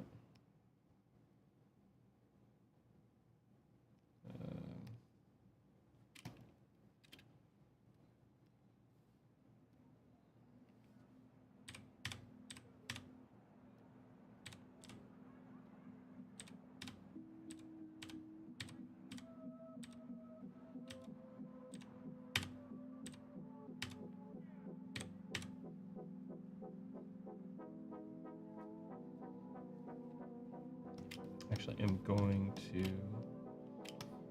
emphasize it. Oops, that's the wrong thing.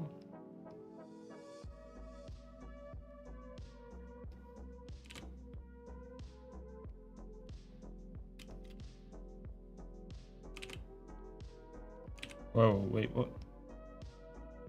Why are you in the wrong spot?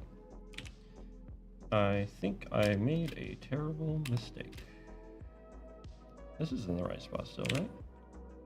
Actually, I don't know. I can't see it. Well, unfortunately, I'm going to have to do some overhauls to the... Oh, yeah. I'm on the right thing, right?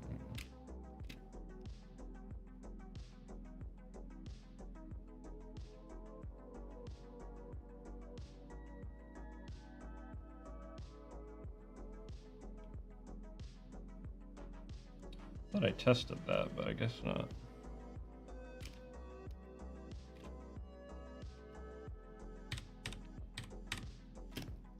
You know what? Hold on. We don't need to do that.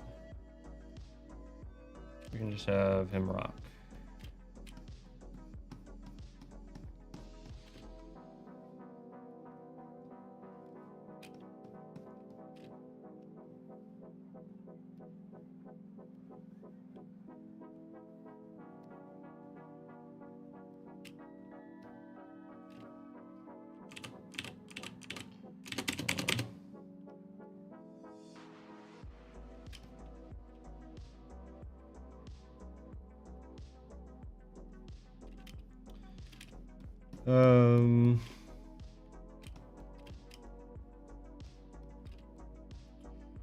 Yeah, because things are technically daisy chained together,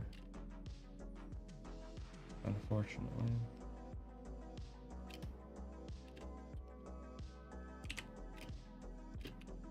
Unfortunate. So I'll have to That's one of the corrections I need to make. Basically, everything should have its own independent node. I didn't do that. There are some things I really just should have like set up from the get-go that I didn't. But that's why I'm doing this, because I don't know what the heck I'm doing.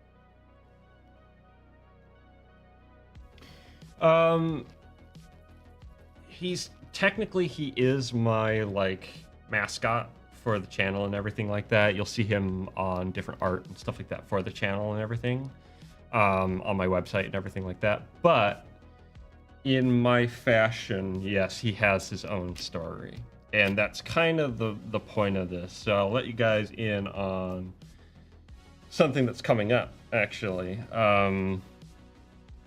In the future. I have a lot of work to do. But the whole point I'm making this little guy for is basically, so you know those like YouTube reviewers or whatever, where it's like they have the little animated or the little character, the drawn character, and they have like 15 poses for them or whatever, and they switch to it, and that's their like representation of them.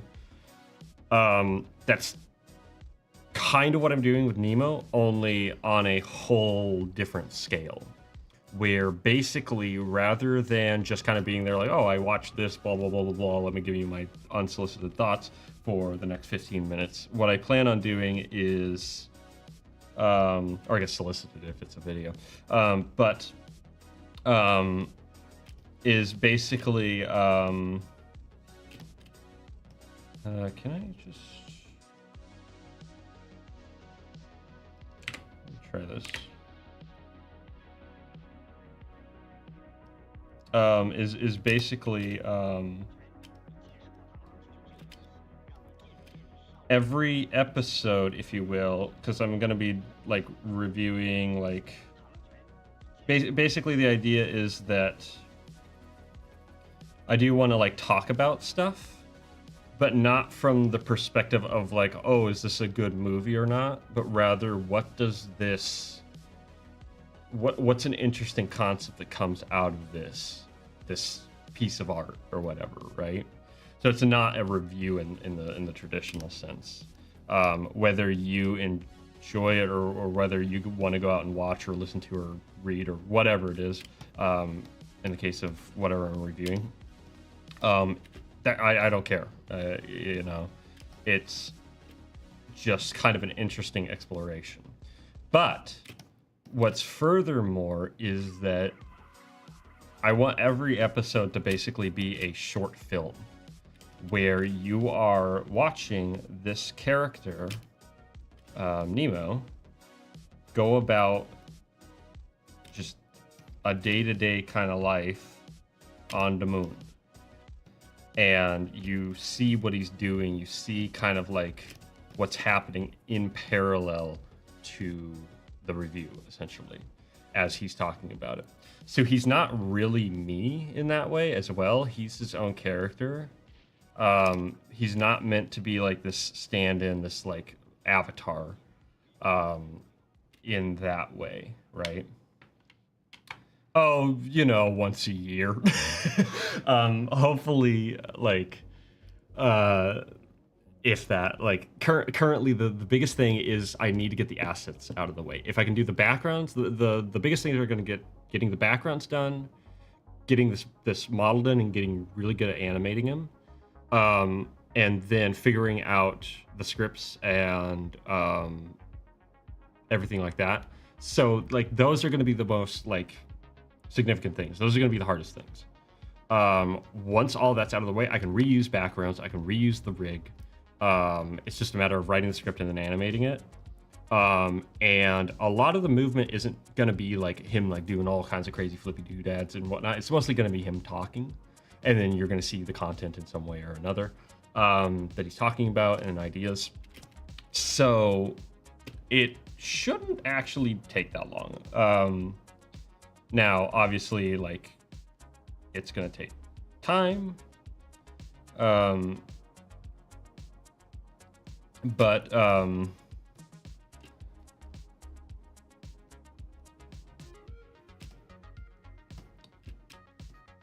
just relatively speaking, let's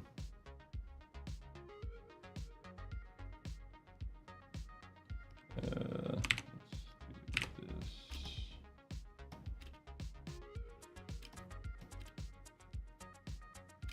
But like, yeah, so ideally,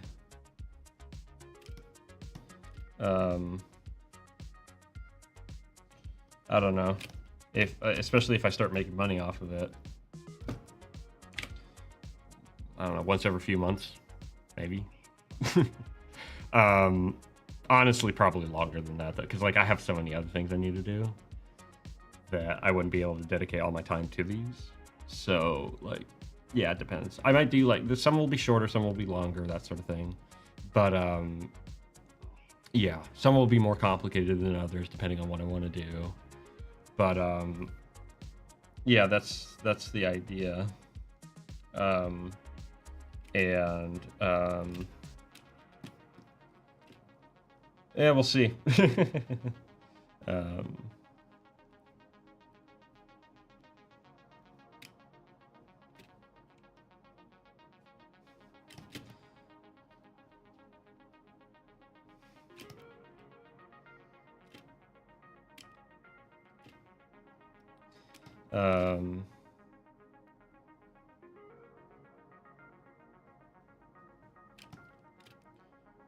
Let's see here.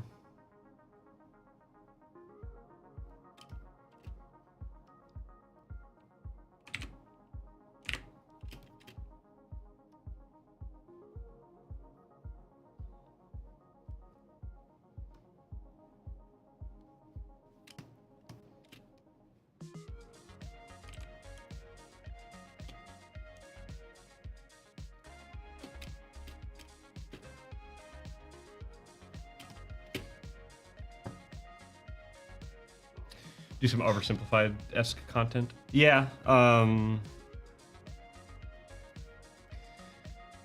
We'll see.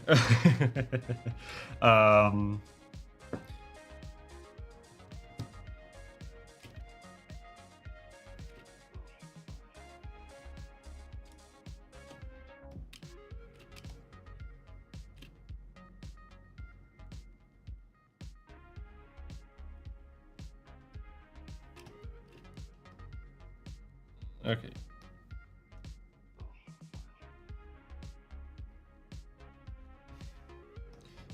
I need to go through and we are going to extend.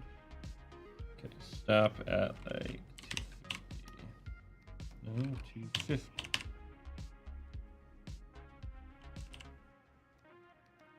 Oh, whoops. Wait, hold on.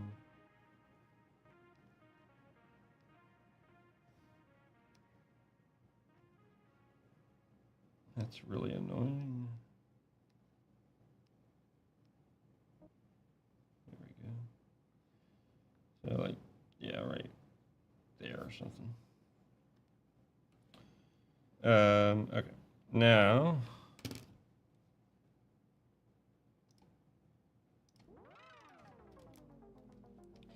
I need to go through and I need to extend all of this.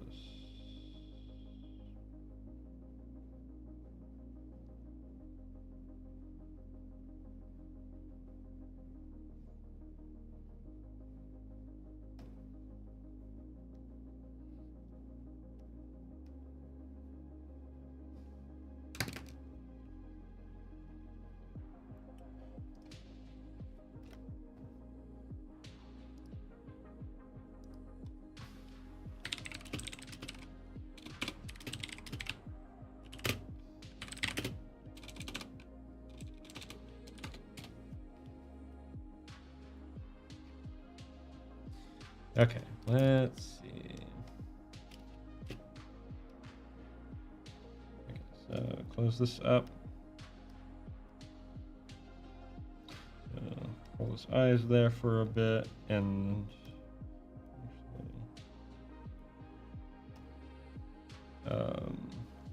actually, I don't even need to. Actually, that's a good idea. Though. That helps me.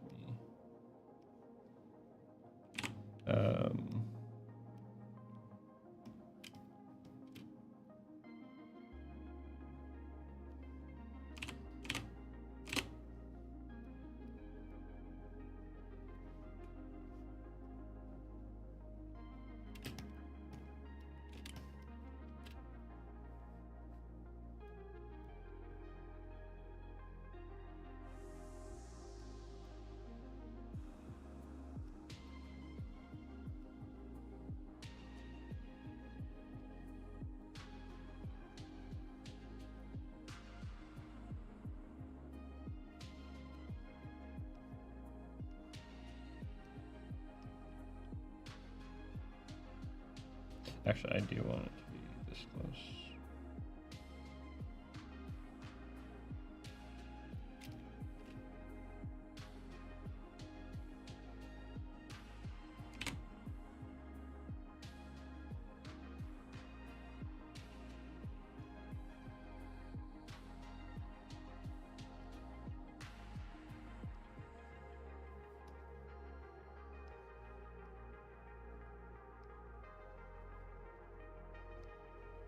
And I need to make some more assets for him.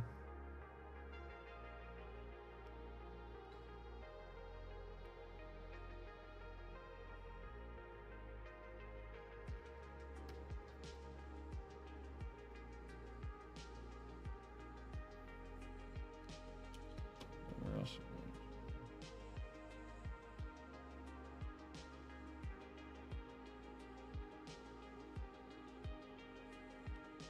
That's a little annoying.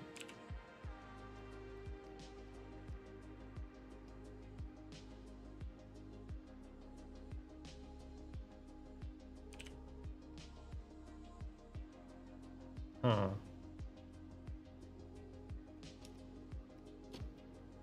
Right.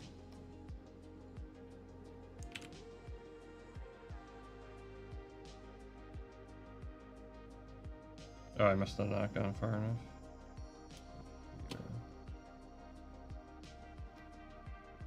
There we go.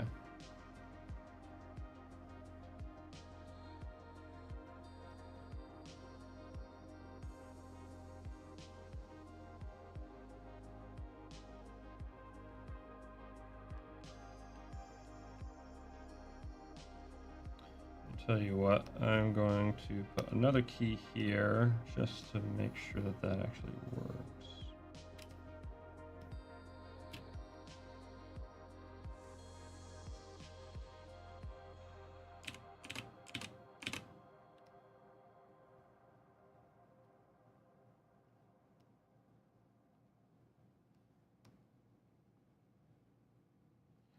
Let's go find the eyes.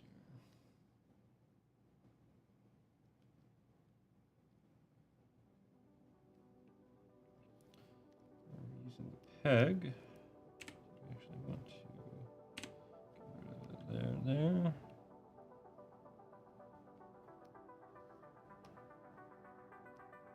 Oh, whoops. We want to go into more detail. We don't want to screw with the position. We want to screw with scale. Delete that.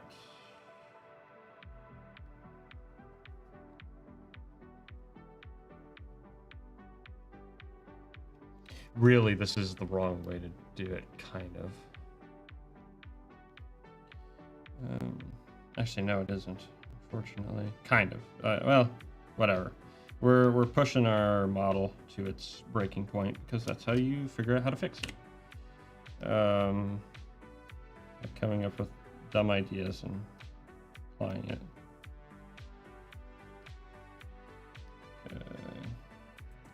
Okay. now, for the fun of it, let's just see what happens. Actually, let's get the timing in place.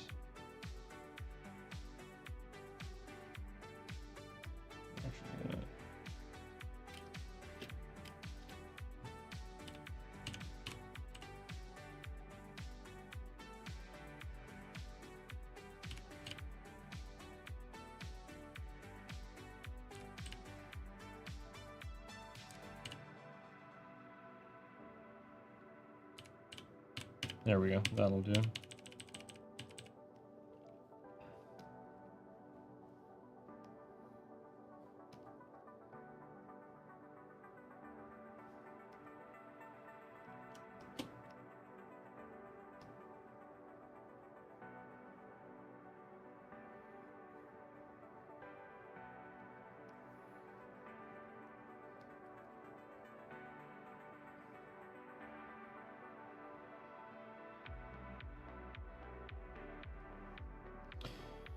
Very likely we're going to have to tween more of this, but for the fun of it,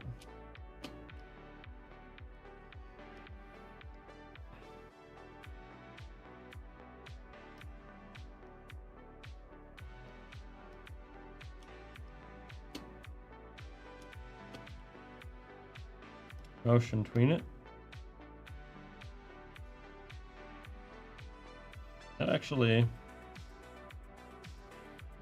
That might actually work. Okay, now we need to work on the easing.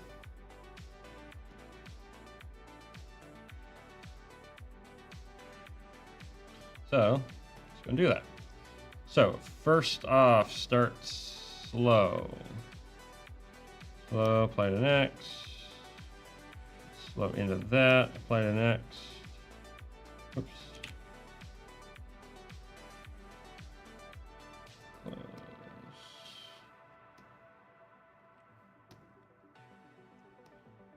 So we want them to hold.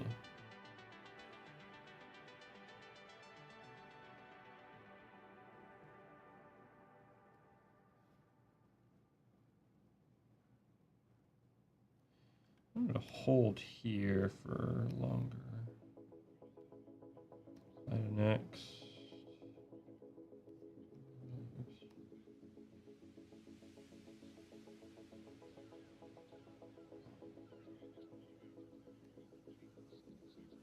Hold there, apply to next.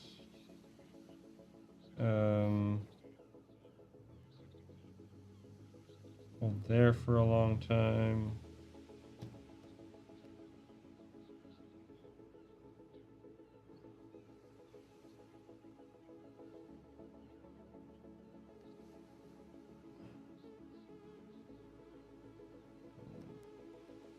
Bounce.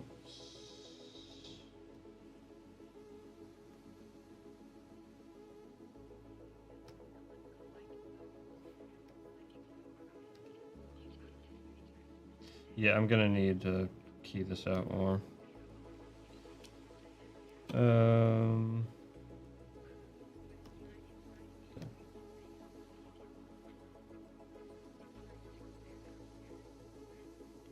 So do some breakdowns here.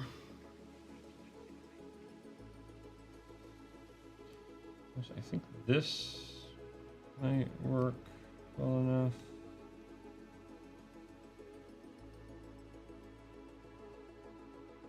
Actually, let's keep pushing out.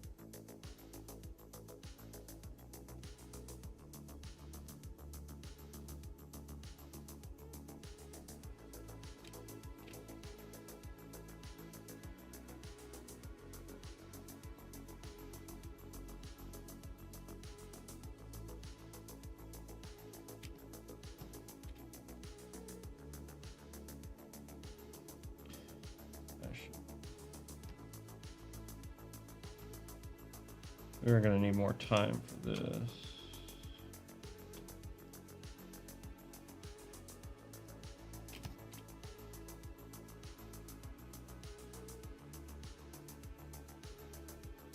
More time here as well. Well, maybe not. Hold on. Anyway,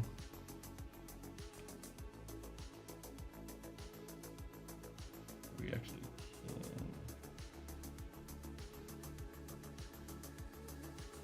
Cool. Okay. Anyway.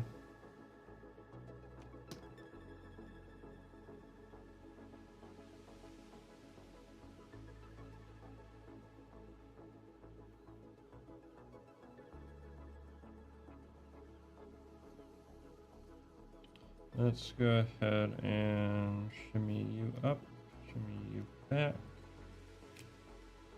and as such, shimmy all of these around a touch.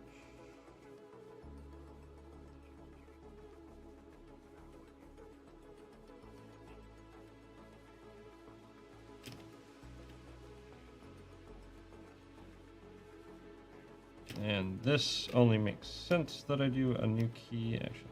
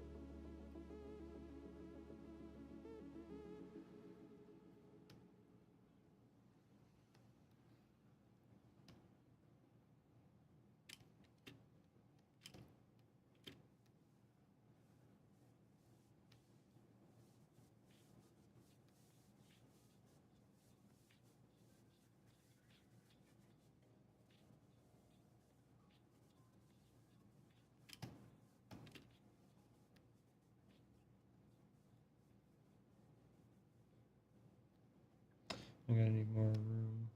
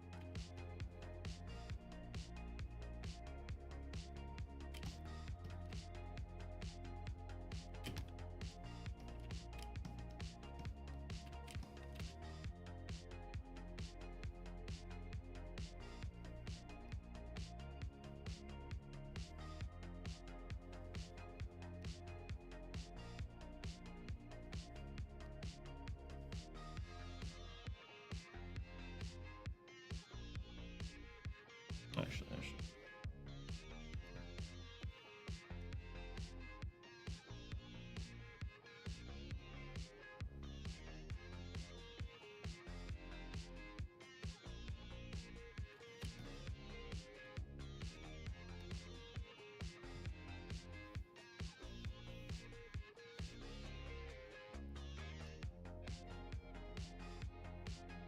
That's better. That's actually got a lot of character to it now.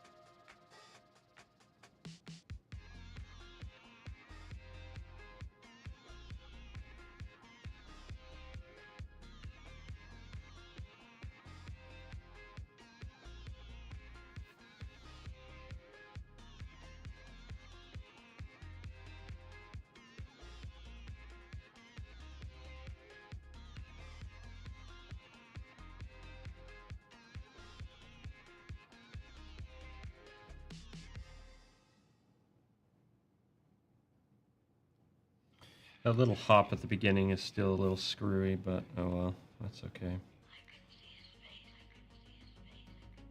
Let's just try something.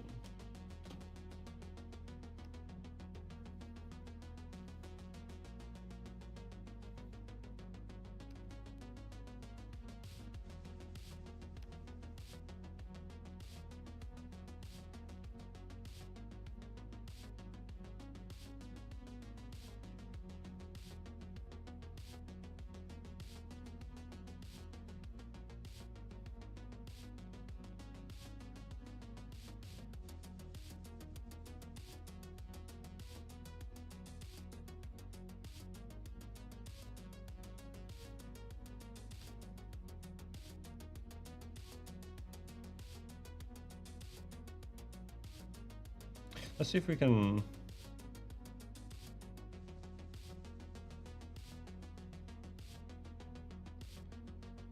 correct this. Okay. So starts off slow, speeds up, then really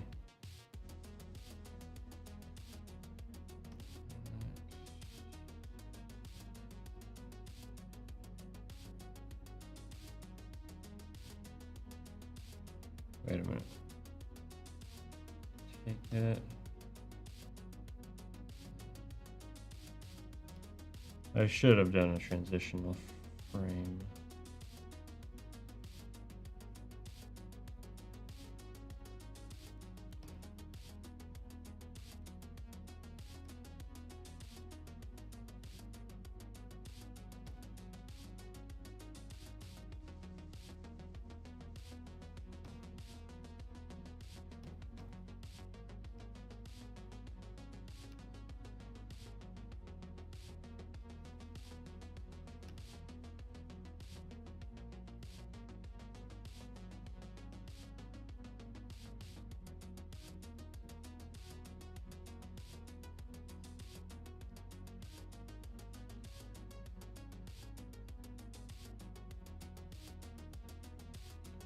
Pulls back, rocks forward, but then he rocks way too quick back the other way.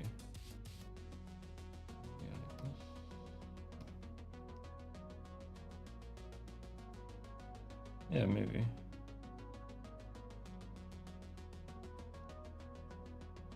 Might need some more time.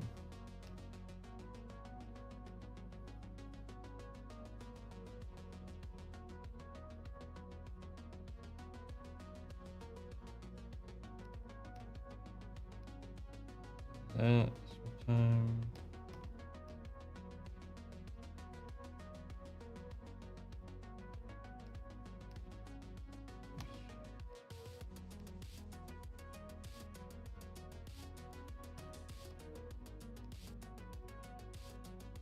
Wait.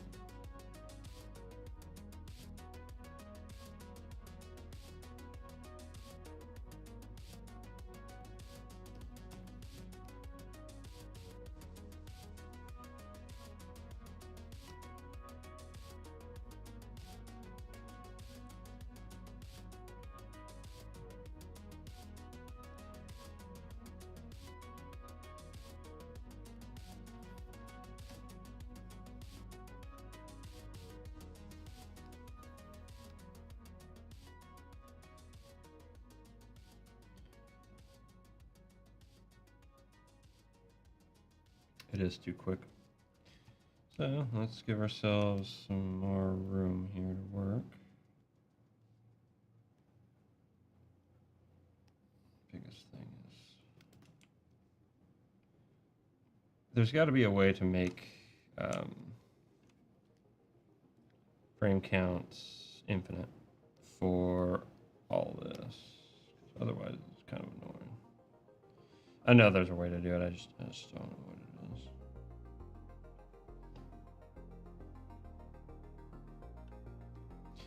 Been too long. There we go. That should give us plenty to work with here. So, and then we're gonna correct this.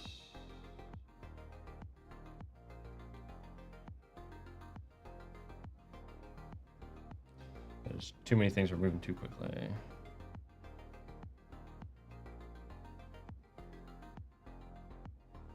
Honestly, we're gonna actually.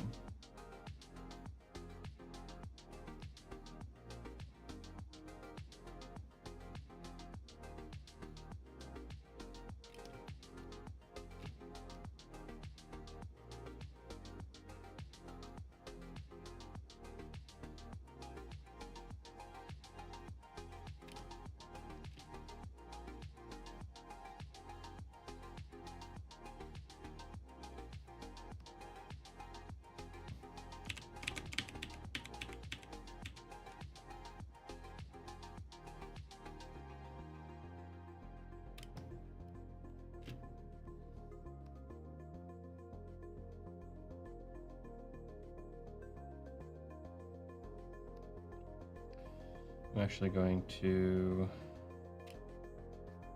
take the boots. We're gonna grab you. Actually, no, we're gonna grab you. Because what we should be seeing isn't so much this like really even like spacing. We should see it like basically lock here. That's being influenced though.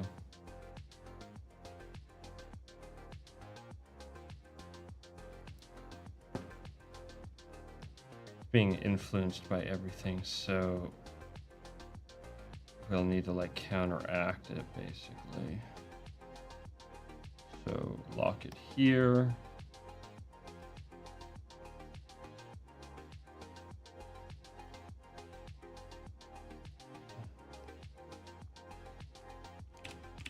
Actually, hold on. So have it key here.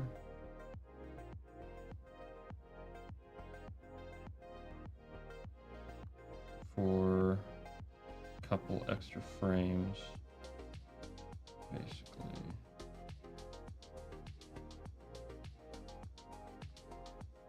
Motion it.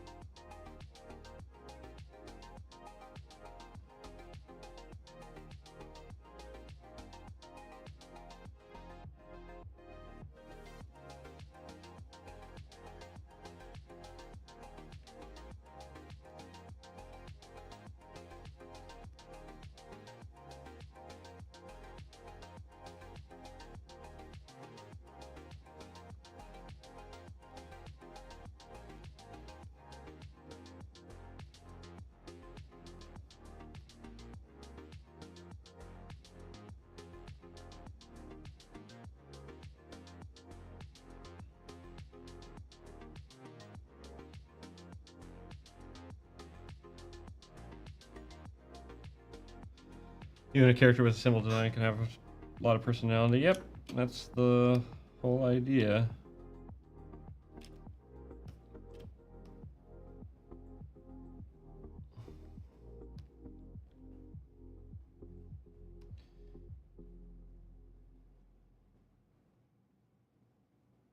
I'm actually gonna raise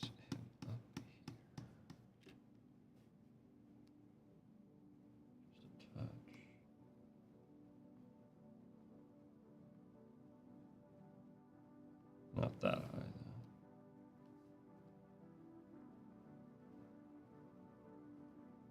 Basically, we want it to look like he's rolling up onto his toes.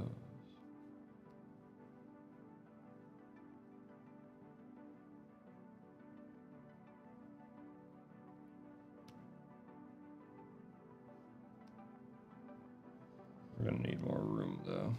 So let's collapse this.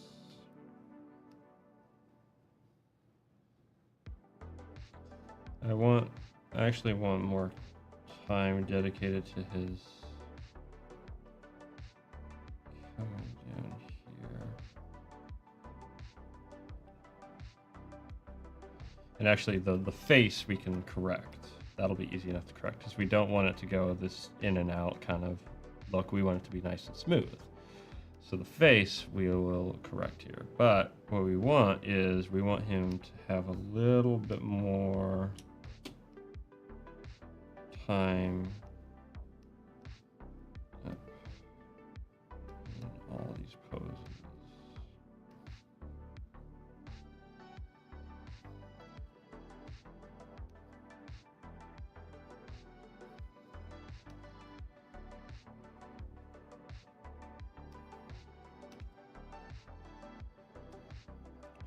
And we're going to really exaggerate these curves. We want it to really shift fast, basically, right? And next.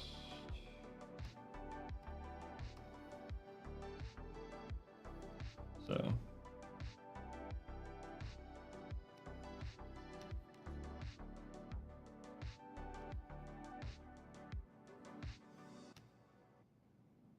This settles too slowly. We want that to be more extreme, this to be more extreme.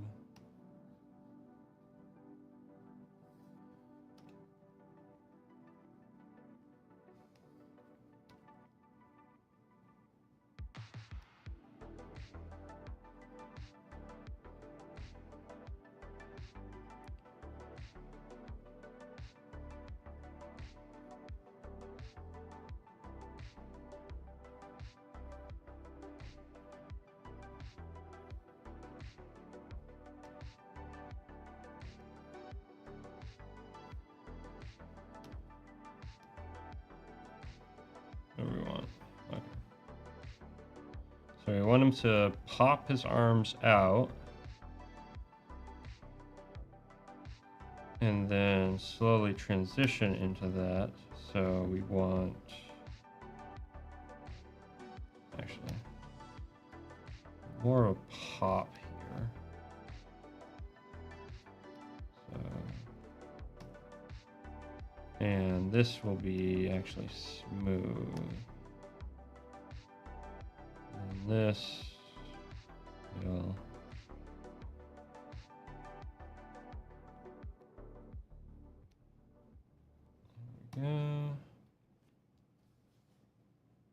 So yes, so basically what this is what sets the easing. Now this is more primarily a 3D animation thing. I don't know if you've ever looked at 3D software and you've seen something called the movement graph. But essentially what the movement graph, all the movement graph is movement over time, and it's positional. So basically, I can draw this actually to help you understand and follow along here.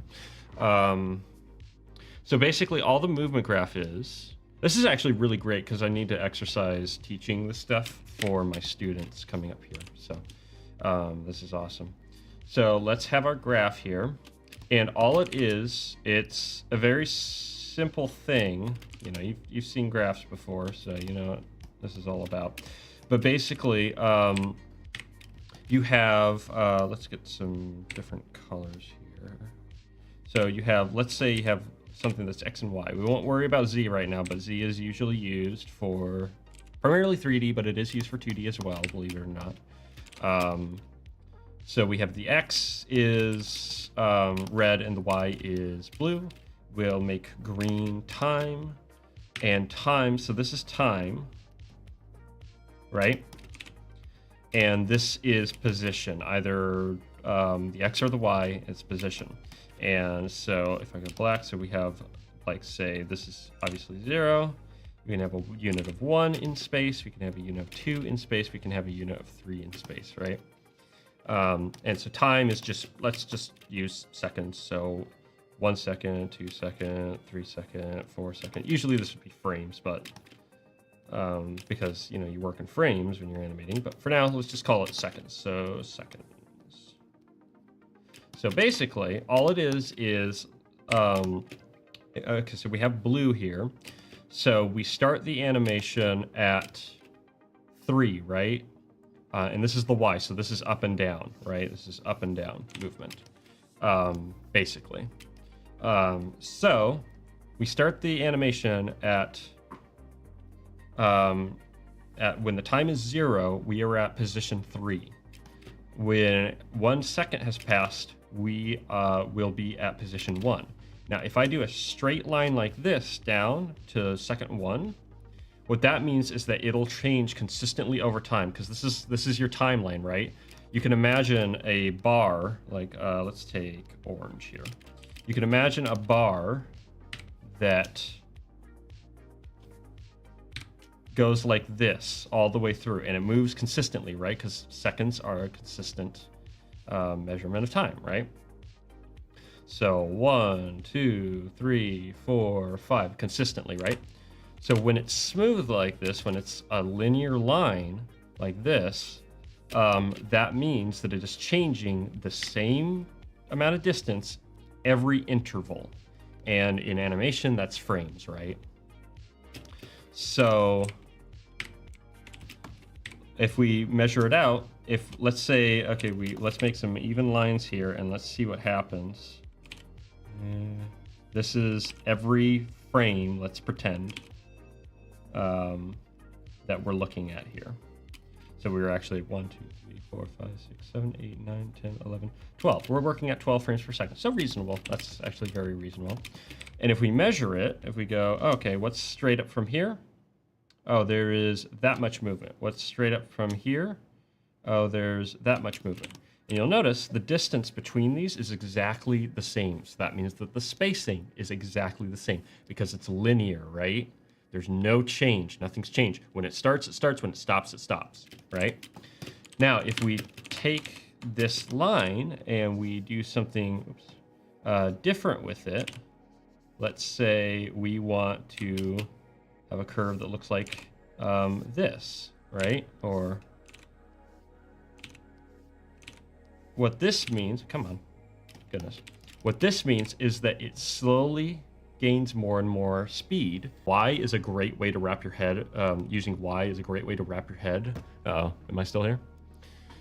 Is a great way to wrap your head around graphs like this, because if you play this out to its inevitable conclusion, what does this look like? It looks like a bouncing ball. And that's what the movement is going to reflect, right? Actually, it wouldn't be consistently the same amount of time. So basically, we can follow it along. What does a ball do when it falls? It starts, you know, you're starting at the top. It slowly gains more speed, bounces, immediately goes back up, slows down as it does, bounces, bounces, bounces, right? Obviously, you can do the same thing with X. Now, X is movement that is left to right, so this way, right? So if we have something like this, then that means that the ball, as it's bouncing up and down, is moving across the floor in a linear fashion. What that means is it'll go, and then just randomly stop. That's not actually how, you know, anything moves, actually. Even robots don't necessarily do that, although it is more useful to animate robots like this, because obviously they do have more of a start and stop kind of feel to them. Now, realistically, what would happen is we want the ball to basically slow down, like it was pushed off of a shelf or something like that, or perhaps even thrown. It's going to slow down, right? So we want a lot of movement at first, and then it'll slow down. Come on. Boy, my lines, I've got to practice my lines again.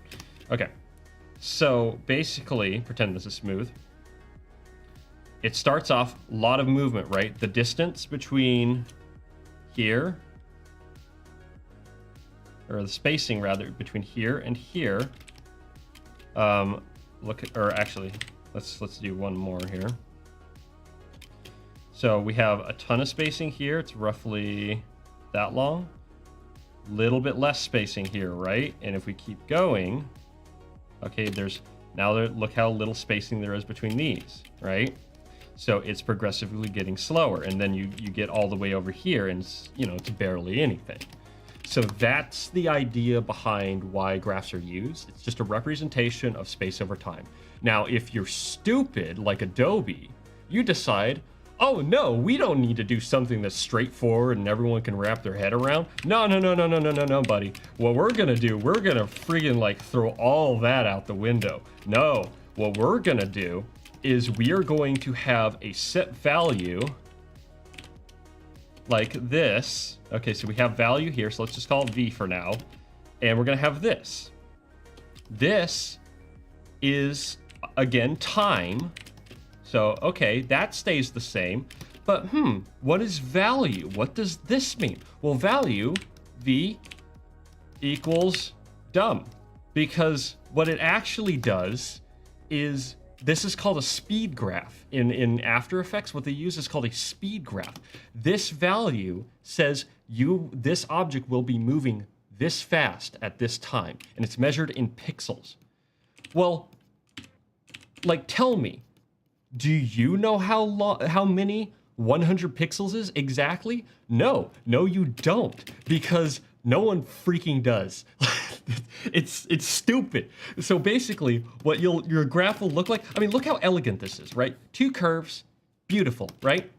If you want to do a bouncing ball in After Effects, it looks more like something out of a freaking nightmare. I'm not even kidding you. You will have curves that look like this. So I don't know what they were thinking when they just said, oh yeah, we don't need to do distance over time or position over time. No, that's not something we need to do. We'll just have it'll move at such pixels. Like this is 500, right? This is 500 pixels per second, or yeah, per frame. Technically, it would be per frame. So it'll move 500 pixels between these two frames. It's that's the stupidest way to do it. That makes no sense. That's so unintuitive. I freaking hate the speed graph if you cannot tell.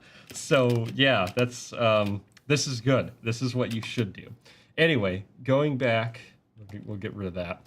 Going back here, I lost my music. Come on, there we go. Going back, so this is position over time. It's both at the same time. It's both X and Y. So it's a little bit screwy. You got to kind of watch it. But it does work. You can get it to kind of work out. Yes, I hate After Effects. I really hate After Effects. I think it is awful. Such a mess of a... I could rant so much about how terrible that program is. Anyway, so, crap. I don't know where I was. Okay, so let's measure it. So as you can see, we have a thing where he speeds up, right? He speeds up and suddenly his foot jumps forward. Right? So check the spacing, because remember, animation is all about the spacing. So you're playing around with spacing, and actually I want a little bit more there. So now it takes a little bit longer for it to get started.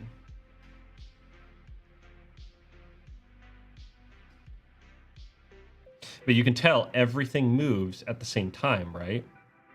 And we don't really want that. We want things to kind of move on their own. So when we get the base motion down, we'll go back in and refine it. So the arms will probably move a little bit quicker. than the rest of the body. Although actually I kind of like that look.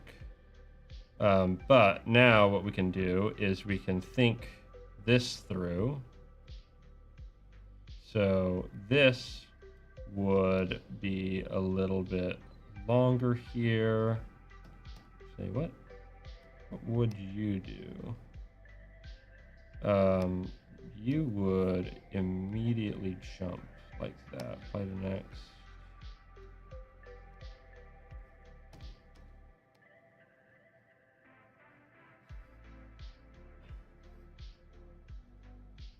Yeah, look at that. Okay, so we have a lot of work that needs to be done here. He's kind of spazzing out, kind of freaking out here. So we have some screwy stuff going on.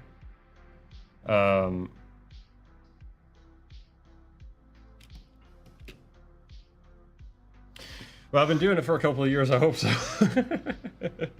But it really helps to talk about stuff that you really enjoy talking about. That's for sure. Boy, we've been going. I'm beginning to remember how I did such long sessions. I really enjoy animating. I used to do 8-hour sessions of animating, especially when I was like working on my film and stuff like that. It was a good time.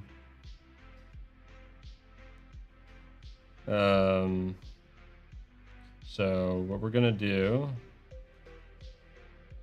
is we want this crazy gravy train to keep rolling here. Apply next. Apply. And we want this to roll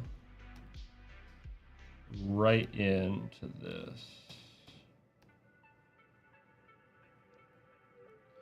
And to whip around. Actually, we don't want it to slow down, really. We want it to kind of whip around.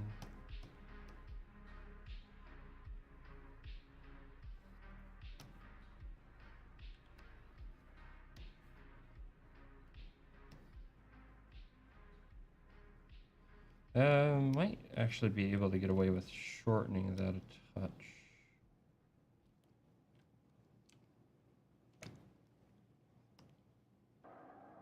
Where is it?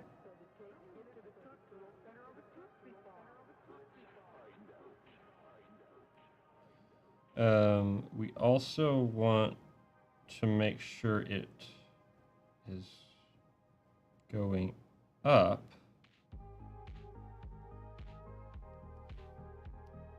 So we're gonna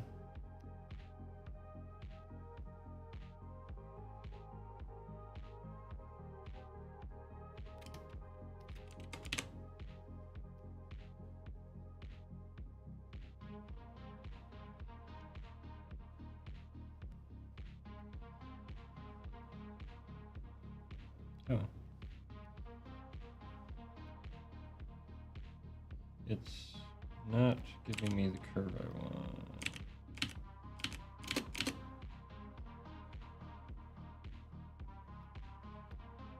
Basically, I want the leg to come up and around, not go straight down like that. Basically, now I'm kind of getting into arcs. And arcs are neat. You know, we're going to actually take a closer look at this bone in particular.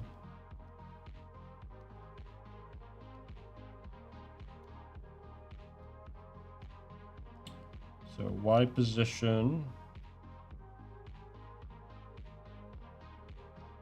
So the Y position stays the same throughout, which it shouldn't.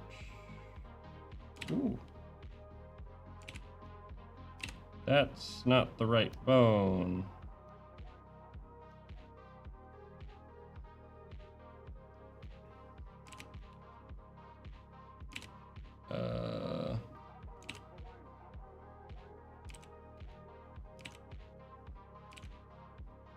That actually isn't going to work. I think do we want to screw with the deformer?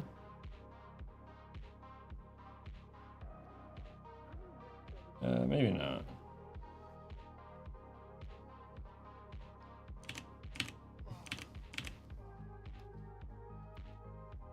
So just realized that it's kind of screwy there.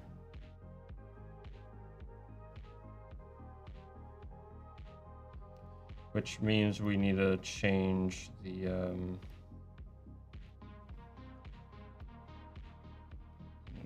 here, soul,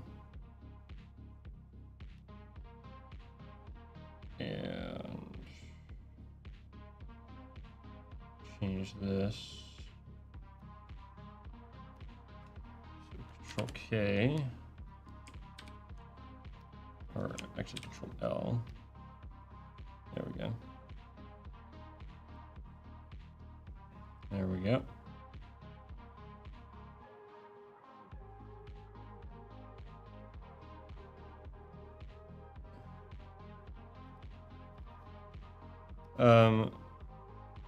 So we actually want them to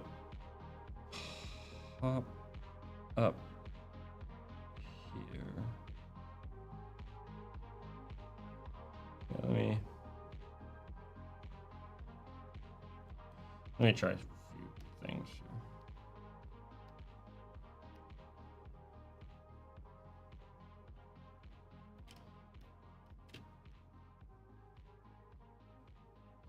here. Ideally, I mean, the alternative is to just do it by hand.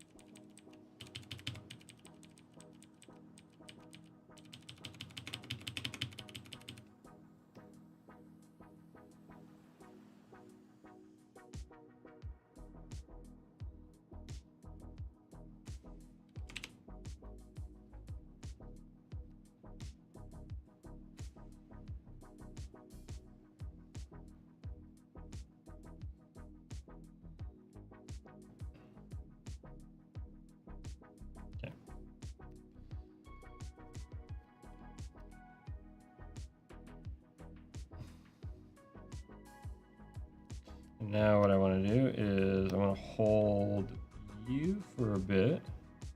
Apply next. Because I want it to have a bit more pop.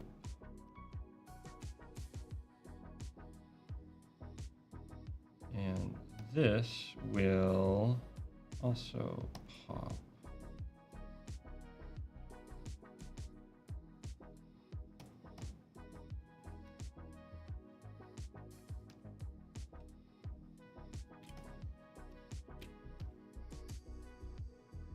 Here we go. That's coming along.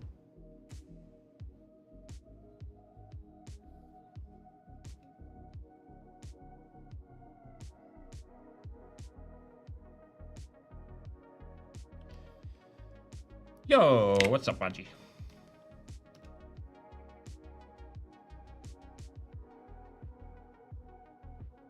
There's still some kind of screwy stuff with the timing.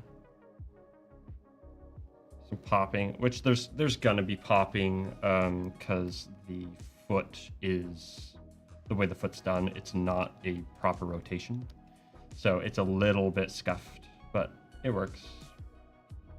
I'm not especially happy with the timing here, though.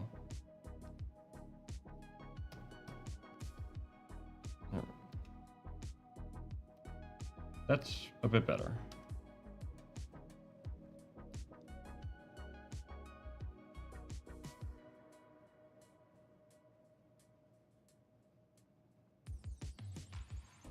I'm actually going to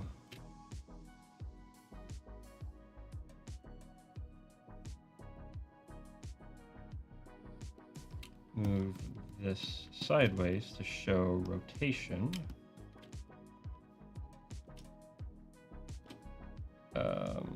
And of course,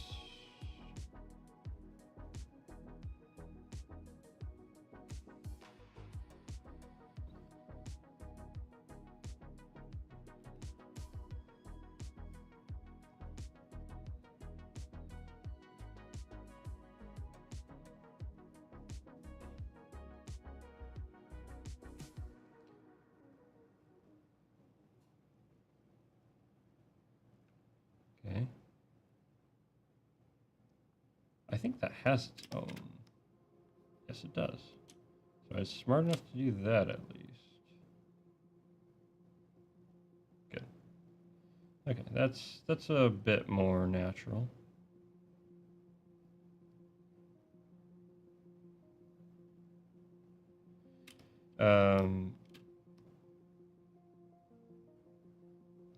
There's something kind of bothering me about the rocking. I'm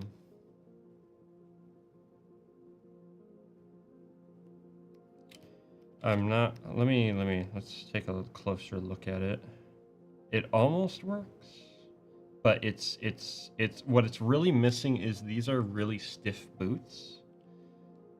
So the rolling doesn't really make a whole lot of sense when you think about it, because like also the back boot.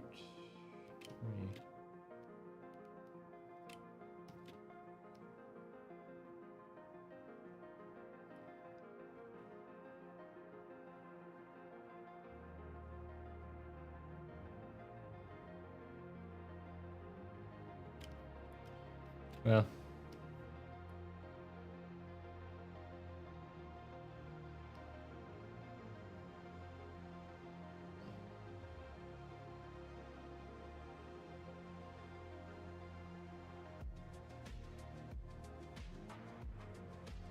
I hate how much he's sliding around.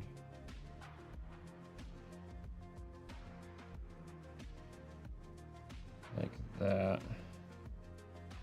And what it is, again, is I don't have IKs, so I have to go through and correct stuff, which is not ideal. So that is a big thing I really need to figure out. Otherwise, he's going to be slip sliding all over the place all the time.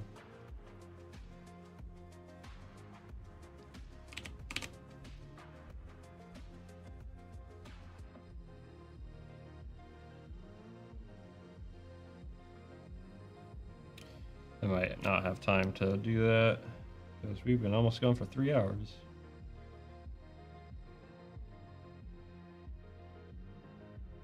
Okay, but now what we're going to do is we're going to fix the helmet specifically.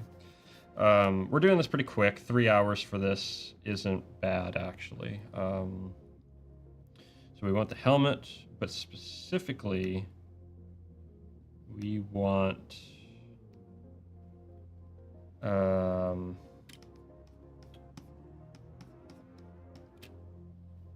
oh, that's going to be interesting. Here's the helmet master control.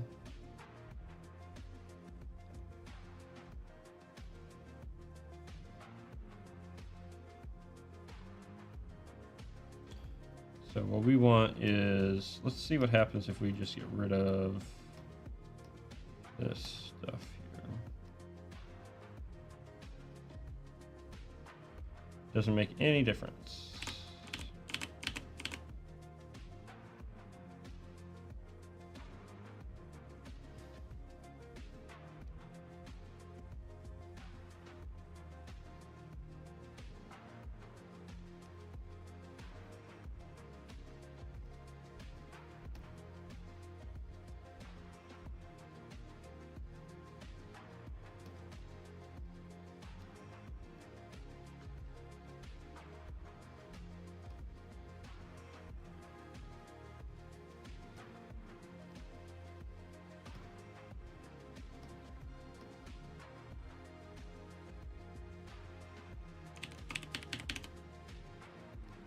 That didn't do anything because it's not actually affecting these.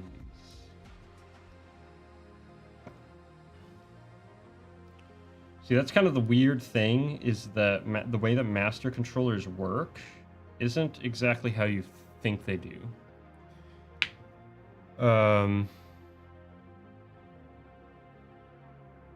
IKs, yeah. So IKs, basically what IKs are, so inverse kinematic, stands for inverse kinematic. So basically, in rigging, you have. Do I like the program? I do really like Toon Boom. It's got its quirks, but there's nothing else like it. And it is very intuitive most ways through. But basically, so in most rigging, this is a perfect example, is if you look at this arm, this is under a constraint known as forward kinematics. Basically, from the back of the arm, this is the origin point, right? So remember that. The elbow is the origin point. Shoulder, my mistake. So the shoulder goes into the elbow, goes into the hand. The hand is completely independent from the shoulder, from the elbow, and is constrained to the elbow. But you can move it wherever you want to. It can do whatever, right? Same thing with the elbow, except for it is controlling the hand, and of course the shoulder is controlling everything. Now, in inverse kinematics, if that's forward kinematics, what inverse kinematics does is from the origin point, let's say you put the hand down, right? Basically, if I were to move the hand around, it would move the elbow. The shoulder would still be pinned, right? Actually, it probably wouldn't, but there would be constraints to make sure that the shoulder is in position. But if you were to stretch the hand far enough, you'd probably affect the shoulder. But basically, the hand would lead. So you could. It's really good for, let's say you want to position hands on like someone pushing a box or something like that. You just take the hand, instead of having to like manipulate the elbows into the right spot and then the hands, right? And then having to do that for all the animation, you can actually just lock the hands in, and it will, the computer will do the rest and basically calculate, okay, if the hands are here, then the rest of the arm has to follow as such, basically, right? And so you can do it's not so bad with hands, although hands do have their places for inverse kinematics, but it's especially useful for feet. Because with feet, obviously, when they're on the ground, especially when you're walking, one of the big things with a walk cycle, this is what I try to pass to my students a lot, is if you want to do a walk cycle right, the feet are anchor points. You only move 1 foot at a time. When you're running, it's different because obviously you're leaving the ground. If you want to keep consistent proportions and such, yeah, exactly, right. More specifically, if you want to keep the position of the hands or the feet consistent, that's the real key to inverse kinematics. But they can be used in that way, absolutely. But so basically, if you have an inverse kinematic on a foot, if I were to move this around, then the foot would be able to stay the same, and that is extremely useful. So you wouldn't have all this shaking around and stuff like that. So it's a little bit unfortunate that I have that. It makes it look kind of jank, but whatever. In the end, where was I? Okay, so that's right.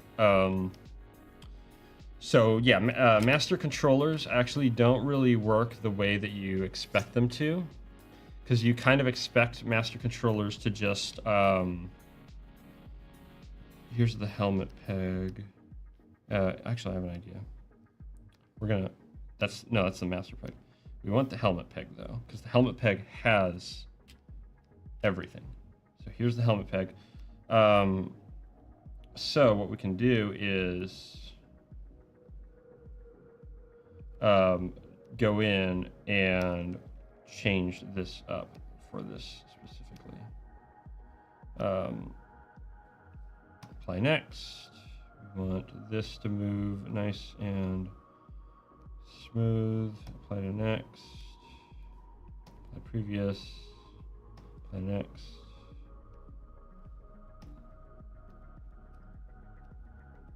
Actually, I want this to be linear, basically. Apply to next.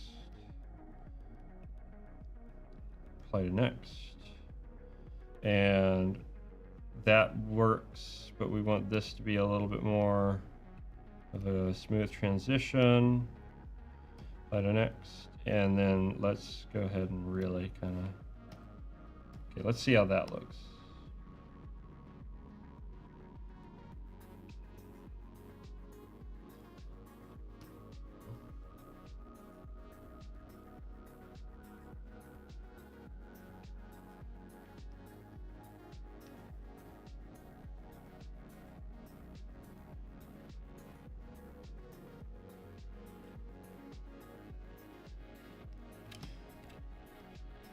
Okay. I'm going to call it there. There's a lot that could be fixed with the movement. The movement isn't perfect, but I'm actually really happy with this. I was expecting much more of a disaster in terms of trying to get this to work. Thank you, Becky. I appreciate it. Let's see. But I think I'm going to call it there for now. I do. I really like how that looks. There's little things, just the rocking. What I really need to do is actually build this correct. So for future reference, because this was my mistake. I learned about this today. I should have known better, but yeah. Yeah, kind of like he saw something, and then he kind of clears his eyes. Yeah, and this is like, yeah, kind of fun.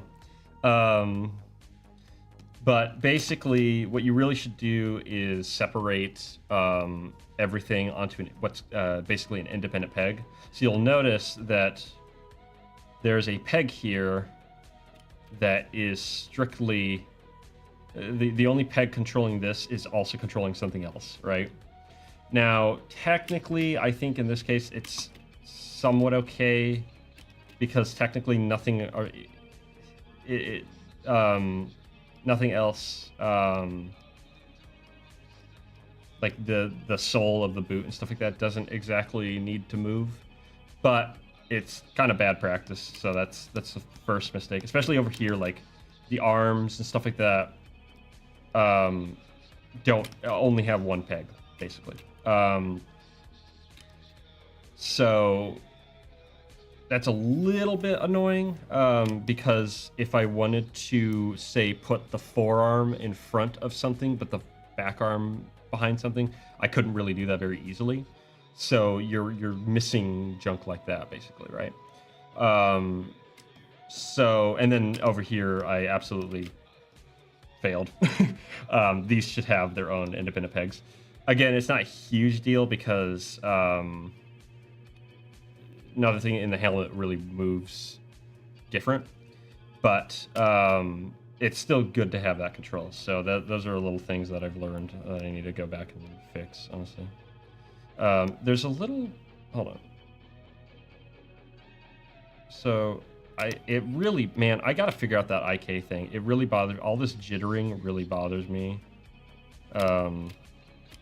Let me try fixing that here.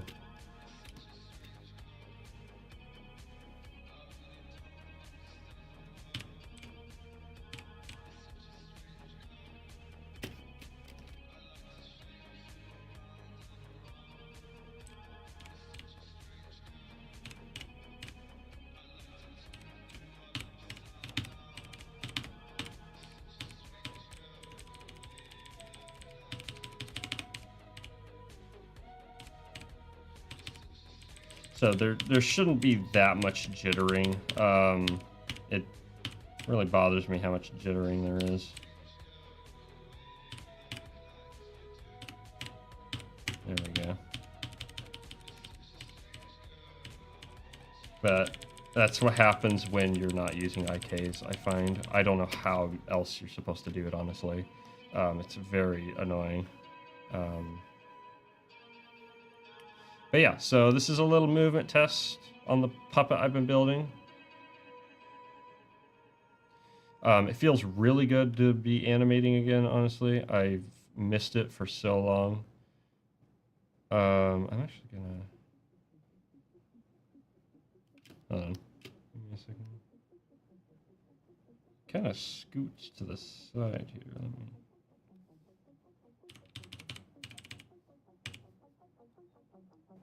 There's little movement issues like that that really bother me.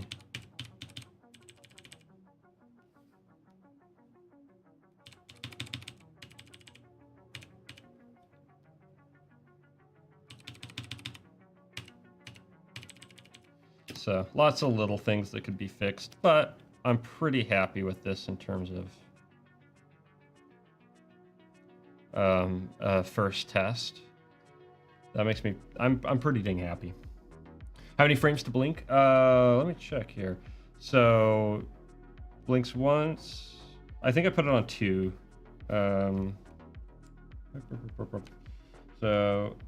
So first blink, yeah. Oh, is it on 1? Hold on. No, it's 2 frames. Yeah. Okay. So 2 frames. Yeah, 2 frames. I'm pretty sure. So and basically the way that the blinking is done isn't necessarily frame by frame. It is, but it's all it is a drawing swap. So that's kind of a neat thing you can do. It's really useful for things like hands. I need to make a series of hands that I can switch between. It's kind of funny. Building this, building a rig like this is kind of like making an action figure. It's like, okay, where do you want to put the articulation? How is it going to work? What's the maximum constraint? All that kind of stuff. You're kind of puzzling it out in a kind of engineering fashion. It's kind of funny.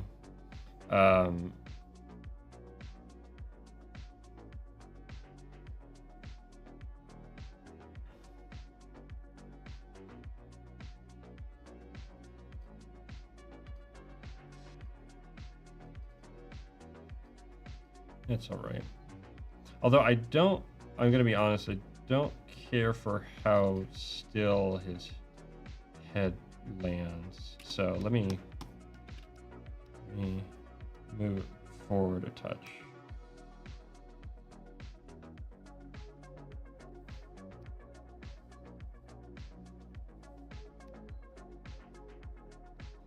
There we go. I think that just a little bit more movement.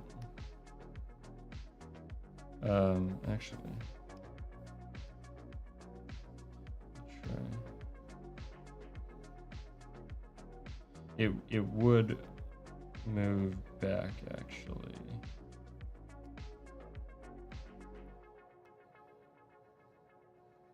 And it wouldn't, so that wouldn't happen. Hold on. So the helmet peg, specifically the peg, wouldn't move in that linear fashion like that. It would do something like this. Oops. Do something like this.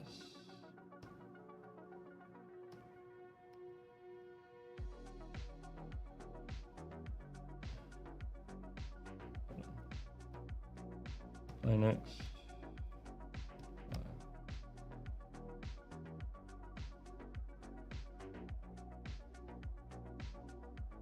No, that does have some.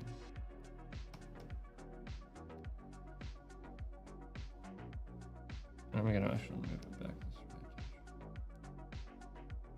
Like that.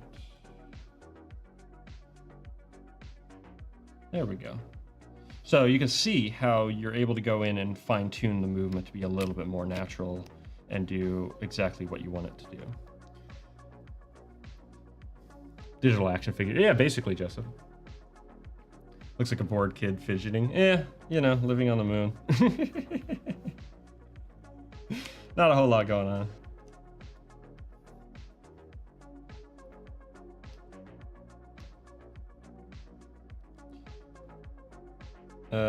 What's going on with that elbow? Oh my gosh, there's so many things I see. I really should be wrapping up. I gotta get going here.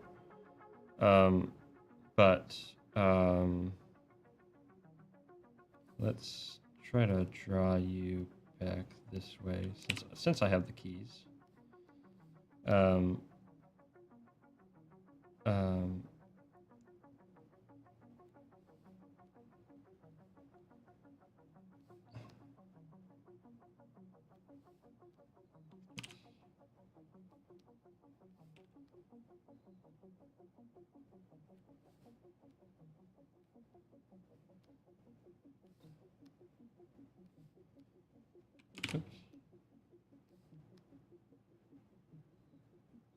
So doing a little bit of frame by frame work here.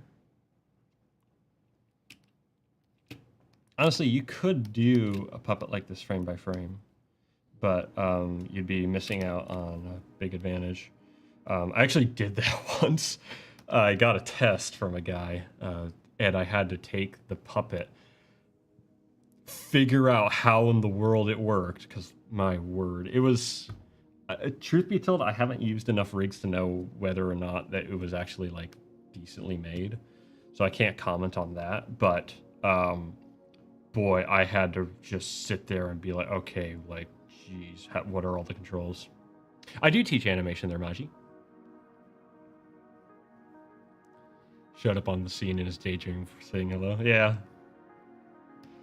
he's testing out the new rig as much as I am.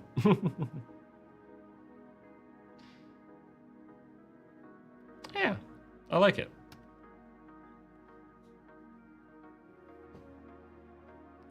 We're gonna go to 290 here and watch it a few more times.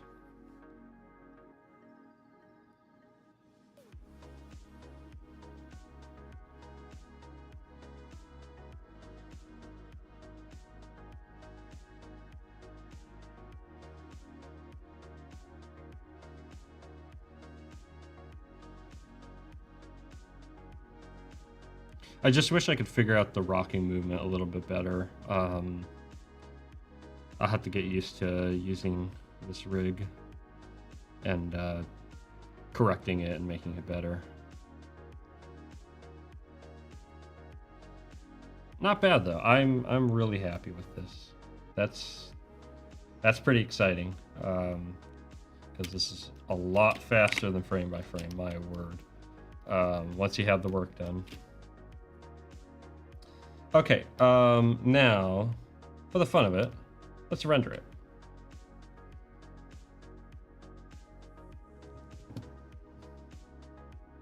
Is getting cut off? It is getting cut off, my mistake. Let's go ahead and you'll see it a little bit better here. That's kind of the hard part about this stream layout, is it's not conducive with the 16:9 layout. Which I could shrink the screen, but then you have the nasty black box up above. So what I really need to do is, can I zoom this in? Scale 1/3. Nope. But you can see them here.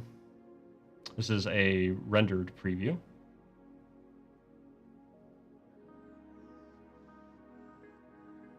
So, and then I can check this frame by frame for render issues or anything like that. And the nice thing is, it looks like everything is working as it should. Can I really not zoom in? I guess not. But yeah, I like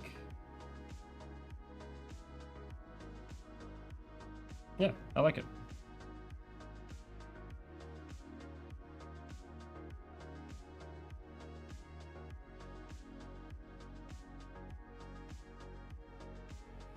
So,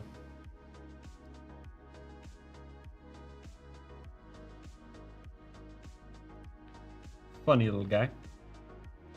Okay. Is there anything else I want to do before wrapping up here?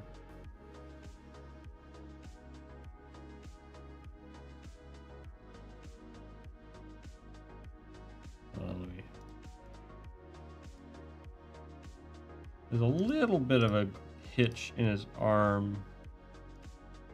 Right, what is that? Right there. Wonder if I could see if I can just really quickly correct that. So I want this to, I'm gonna share this, so I want it to look good. Oops. This isn't the ideal way to do it, putting keys down wherever to just correct small little mistakes like that. Also, whoa, what are you? And that's why, because it'll screw with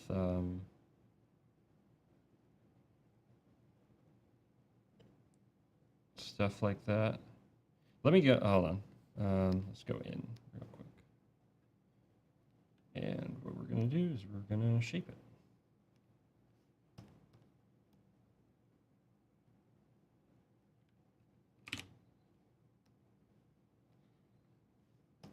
Maybe a quicker.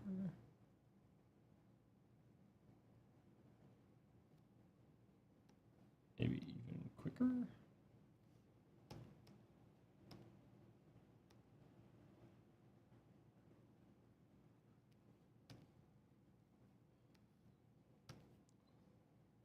Sure, that works. Yeah, that works.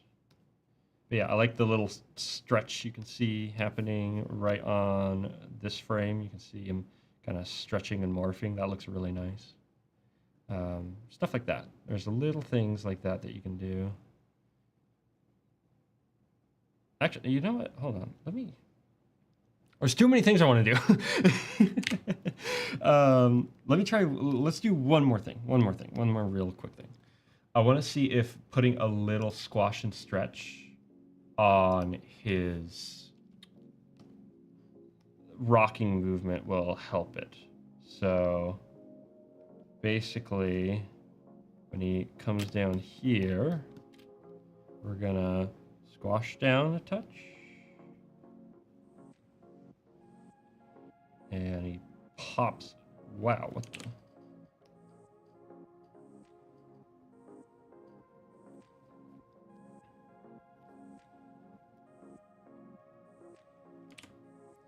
Let me try being more specific here.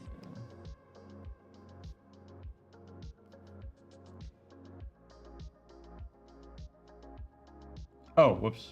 Of course. Control K. That actually, hold on. So, rock. So let's try rock. When he's flat-footed. So this is something called squash and stretch. This is one of the first principles you learn. And it basically things squash and stretch. But it wasn't just one more thing. One more thing, sir. Maybe I've been watching too much Columbo. It's really funny. I've been seeing a lot of people like being all like, yo, Columbo's freaking good. It's like, it makes me really happy because they're right. Columbo is really good. But it's just so funny to me that, yeah, look at that. Okay, I think that was the magic sauce we were looking for. Yeah, that's a much nicer movement right there.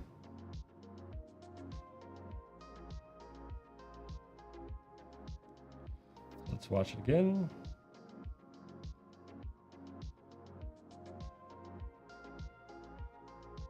Yeah, I like that. That's nice. So all those little things, right? The anticipation, the squash and stretch, all that adds up to really make a better product. And we could even push it. Let's see. Let's see what happens if we like really push it. So it really squashes down.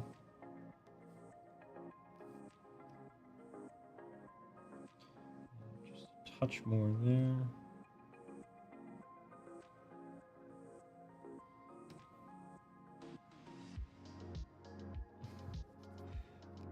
Yeah. That might be a little too much, but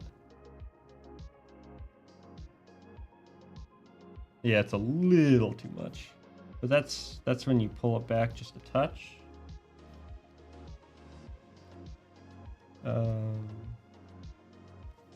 And you check it again.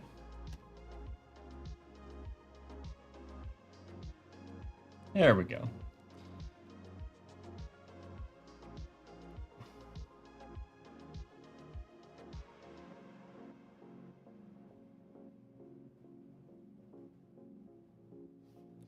I like it. I like it. I really like it.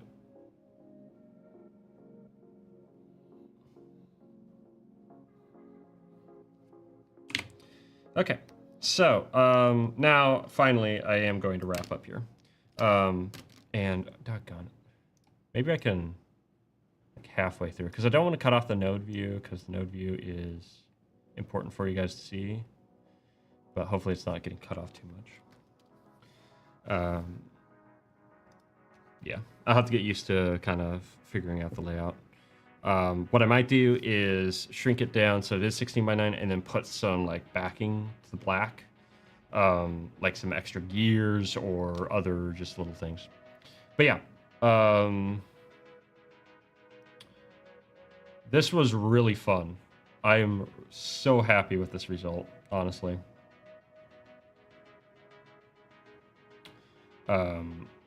Like doggone. This is exactly what I wanted, basically. Aside from just the little things that need to be kind of fixed up. Doggone, it feels good to be back to animating.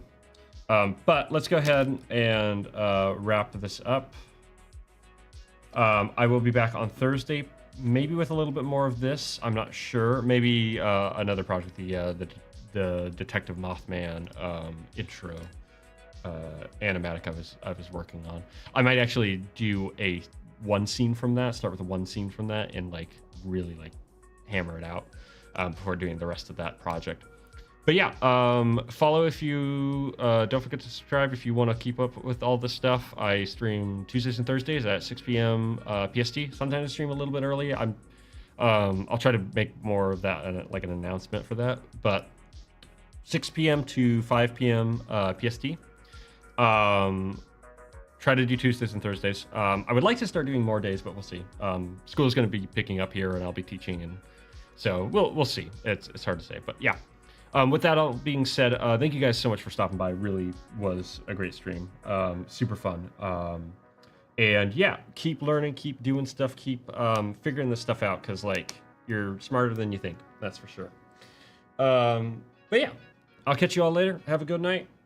See ya. Bye.